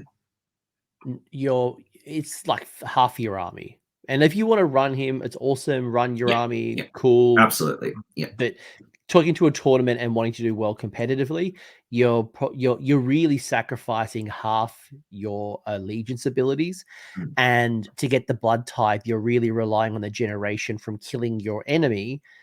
And Archaon can be good. But you look at a Slaves to Darkness army, and their combat is coming from Varangard double fighting, not specifically from Archaon. Yep, exactly. Varangard's not a bad shout for Khorne, but again, probably too expensive for what you want them to do. So, yeah. Probably the last burning question, then I'll let you kind of wrap it up. And it's a nice little segue here, is Prem asking, and they said this is the most important question. How has your record been against Slaanesh since you made the challenge in them on the last Runax Radio, your podcast that you share with Gabe? Hopefully you've taken many Blissbarb Archer heads. So what is the current status update on your Blissbarb Archer heads and record against Slaanesh? Okay, so I've played 4 games against Slaanesh, and currently it is 2-2. I like your charity, by the way. Thank you for letting Gabe win occasionally. Yeah, oh, look, I haven't played Gabe yet, so he'll be my win that I get next. So it's good. Look, it's one of those things where Slaanesh is really good counters to Khorne, and I was beating them in the first 2 games because they weren't ready for the Murderlust rolls and all that sort of stuff, and we were playing really tight games. Every game's been super tight, which has been nice, but Slaanesh just gets crazy depravity by the end of the game. And their buffs from depravity compared to what I get from Khorne is wild. So I am 2 for 2, but I'm really hoping with my 21 Skull Crusher list that will counter a lot of what Slaanesh does, and they won't know what to do against it. So yeah, we'll see what happens. So I'm going to mix it up a bit and try some different things after this weekend. I love it. And, you know, obviously, you know, some of the power from the Blissbarb Archer combination, because you're issuing 3 commands at the same time and unleashing hell and all that attacking and things like that. Well, all that attacking on your shooting, but being able to get into combat using your Murderlust, those 3 units to stop the unleash hell, to because once they've let out that unleash hell, they don't do a lot. Like, I played them recently and they died to a stiff breeze, but they did get their shots out. So if you can deny those shots, then that strategy just completely crumbles. And I think I'm up to about 55 skulls for the those arrow boys as well, just letting you know. So I've killed about 55 of them across 4 games. Somebody did ask how many skulls you have given to the Skull Throne of Khorne. And someone actually did ask, was there any hard counters? Is there any other, you know, difficult opponents for Khorne players at the moment? Like, is KO is obviously running a nightmare currently in the meta. Massive issue. Yeah, they're a massive issue, only because they're doing a lot of high damage output in shooting, but now they've also got combat, and they're doing their combat strike first before you're getting a chance to do much. I've played them with the new Khorne in the first game, and it was a really tight game, and I think I ended up losing by about 2 points. But again, we were playing a couple of rules wrong, and it was really, you know, early days for Khorne as well in that space. You're also not the only person who's struggling. Khorne is not the only army struggling against KO. KO is definitely a meta leader right now. So it's more about an answer to KO as it is that it's got the keys to your kingdom. That Gammie, is there anything that finally you want to wrap this up before we kind of get shout outs and let you go to bed? I know you've got a school night tomorrow. Yep. So only thing is I would say the book is really well written. It is all-rounder sort of book. I think I've said it on the podcast as well, you know, about Sylvaneth and all the new books coming out, Soulblight, you know, things that I'm really interested in playing. All the new books have really tapped into that flavor, and I think what they've done with Khorne is really nice. The mortal side of things is a love of mine, which I'm going to keep working on it. And the good thing is that it's not just one build. There's going to be multiple builds in that. So the good thing is for the next couple of years, I'll be able to play some different armies. And hopefully, if you've got anything out of the video, it's just keep trying and working out what works for you, because the book's got flavor and mixed up. And then whatever works for you and your play style, then tap into that and go nuts. I know the intention of Games Workshop, at least in the last 12 months since Matt Rose came into the picture, and you probably heard it on MetaWatch. And if you haven't, I recommend you do watch the MetaWatch videos. They are very fascinating. They're not just marketing. They're quite good from one of the heads of Games Workshop in Age of Sigmar. Matt talks a lot about internal balance, talks about not just having 1 or 2 type of good builds in the book. And it's definitely been reflective since Matt's been in the company, I think, in the last 12 months. And to go back to what our opening statements were, can I run a full Bloodbound army? Absolutely. And you can do well. It may not be the 5-0 army, but guess what? If you do, it's because you've worked hard, you've countered your opponent, and it's not an easy 5-0. Can you run a demon army and get success? Absolutely. Can you blend and mix between the two, whether it's mortals with a demon general, whether it's a 50-50, whatever? Yes. So I think there's a lot of great viable builds.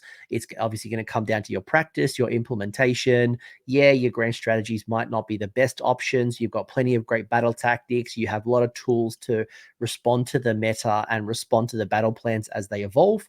But it's going to take time. It's going to take repetition. And it's good outside of, like, again, Murderlust, which probably there's not a lot of things where it's like, this is completely busted, it needs to be fixed. And as a Squig player, I know what that feels like, and I'm just waiting for the day that Squigs get nerfed. So yeah, at least you don't have that concern. No, not concerned at all. It's a good space to be in. Anything you want to say finally? Any shout outs? If people want to listen to you, you do a semi-regular podcast called Runax Radio, which is Gabe Slanesh we were just joking about. Well, actually, not really. You are going to kick his ass. You have to. Absolutely. It's Khorne. You can't let Khorne down with Slanesh. Not allowed to. Not at all. So special shout out to Gabe. Obviously, we do have that podcast together. And every now and then we release something. We're going to try and record an episode next week after the Mango event. So that'll be with Tim as well. Another special shout out to Dave and Tim, my two boys in the Mango Mafia. They are repping the flag strong, and Dave's just become 3-time master. So he is doing really well, and he's about to go off to Worlds. So shout out to the Australian World team. Can't wait to see you kick some butts and take some names. And all I'll say is, if you don't come back with your shield, come back on it. That's all I'm going to say. And someone else might win the Masters in Australia for once. Yeah, exactly. That's it. But no, Dave is very good. Yeah, he's a great player, and my boy Blake is always my Khorne enthusiast. And I wonder if he'll watch it, but he always calls me his roughshod hoof prince. So that's the main thing. We're talking Blake down in Bathurst. Blake Kerwick, yeah. No, Blake Kerwick, my boy. Oh, Kerwick. Kerwick. Yeah. He's way up north now, so he's long gone. There's a Blake Khorne player down Khorne my enthusiast. way. Yeah. And I always tease him because, like, I would have got him on episode, but he's obsessed with crotches and the Kronspine, and I'm like, I ain't interested in a Khorne list with a Kronspine. Ditch your crutch, walk on your own 2 legs, and we'll talk. Yep. And have a good time. Yeah, that's it. Filthy people. Get rid of this Kronspine. Yeah. Gammie, thank you so much for your time. Folks, I hope you enjoyed this episode and you got a bit more discussion and conversation and thoughts around the Bloodbound Mortal Khorne. And I guess between this discussion and the Gareth discussion, which was more focused around the demon side, you have a much clearer understanding of how competitive people are looking at the faction. Obviously, we're not saying that, this is the be all and end all. It's just an opinion. So if you have any thoughts or comments, let us know in the comment section. Let us know if we were too harsh on like the Wrathmongers.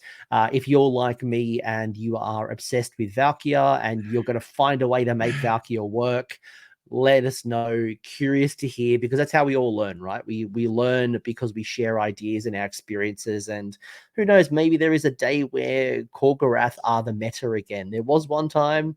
Maybe that time will happen again. Exactly. We'll find out. 2024. It'll happen. Maybe it's like Corkerath meta General's Handbook coming out, like specifically keyword Corkeraths, you just win. Yeah. Auto win. 2+. All right, folks. Thanks for joining, Gammie. Thank you so much, and I hope you enjoyed this discussion. All good. Bye. See you guys. Bye. Thanks for hanging around until the end. I hope you enjoyed that video and you walked away with a few new ideas. Now, if you did, I would love it if you pressed like on the video, as well as left me a comment with your thoughts. The conversation will continue over on Discord, and the link is down below in the episode description. I also want to give a massive shout out to the AOS Coach patrons and YouTube members who are supporting the channel and the growth that you're seeing here. So cheers, you are all bloody legends. And until next time, don't roll a 1-1 on a spellcast.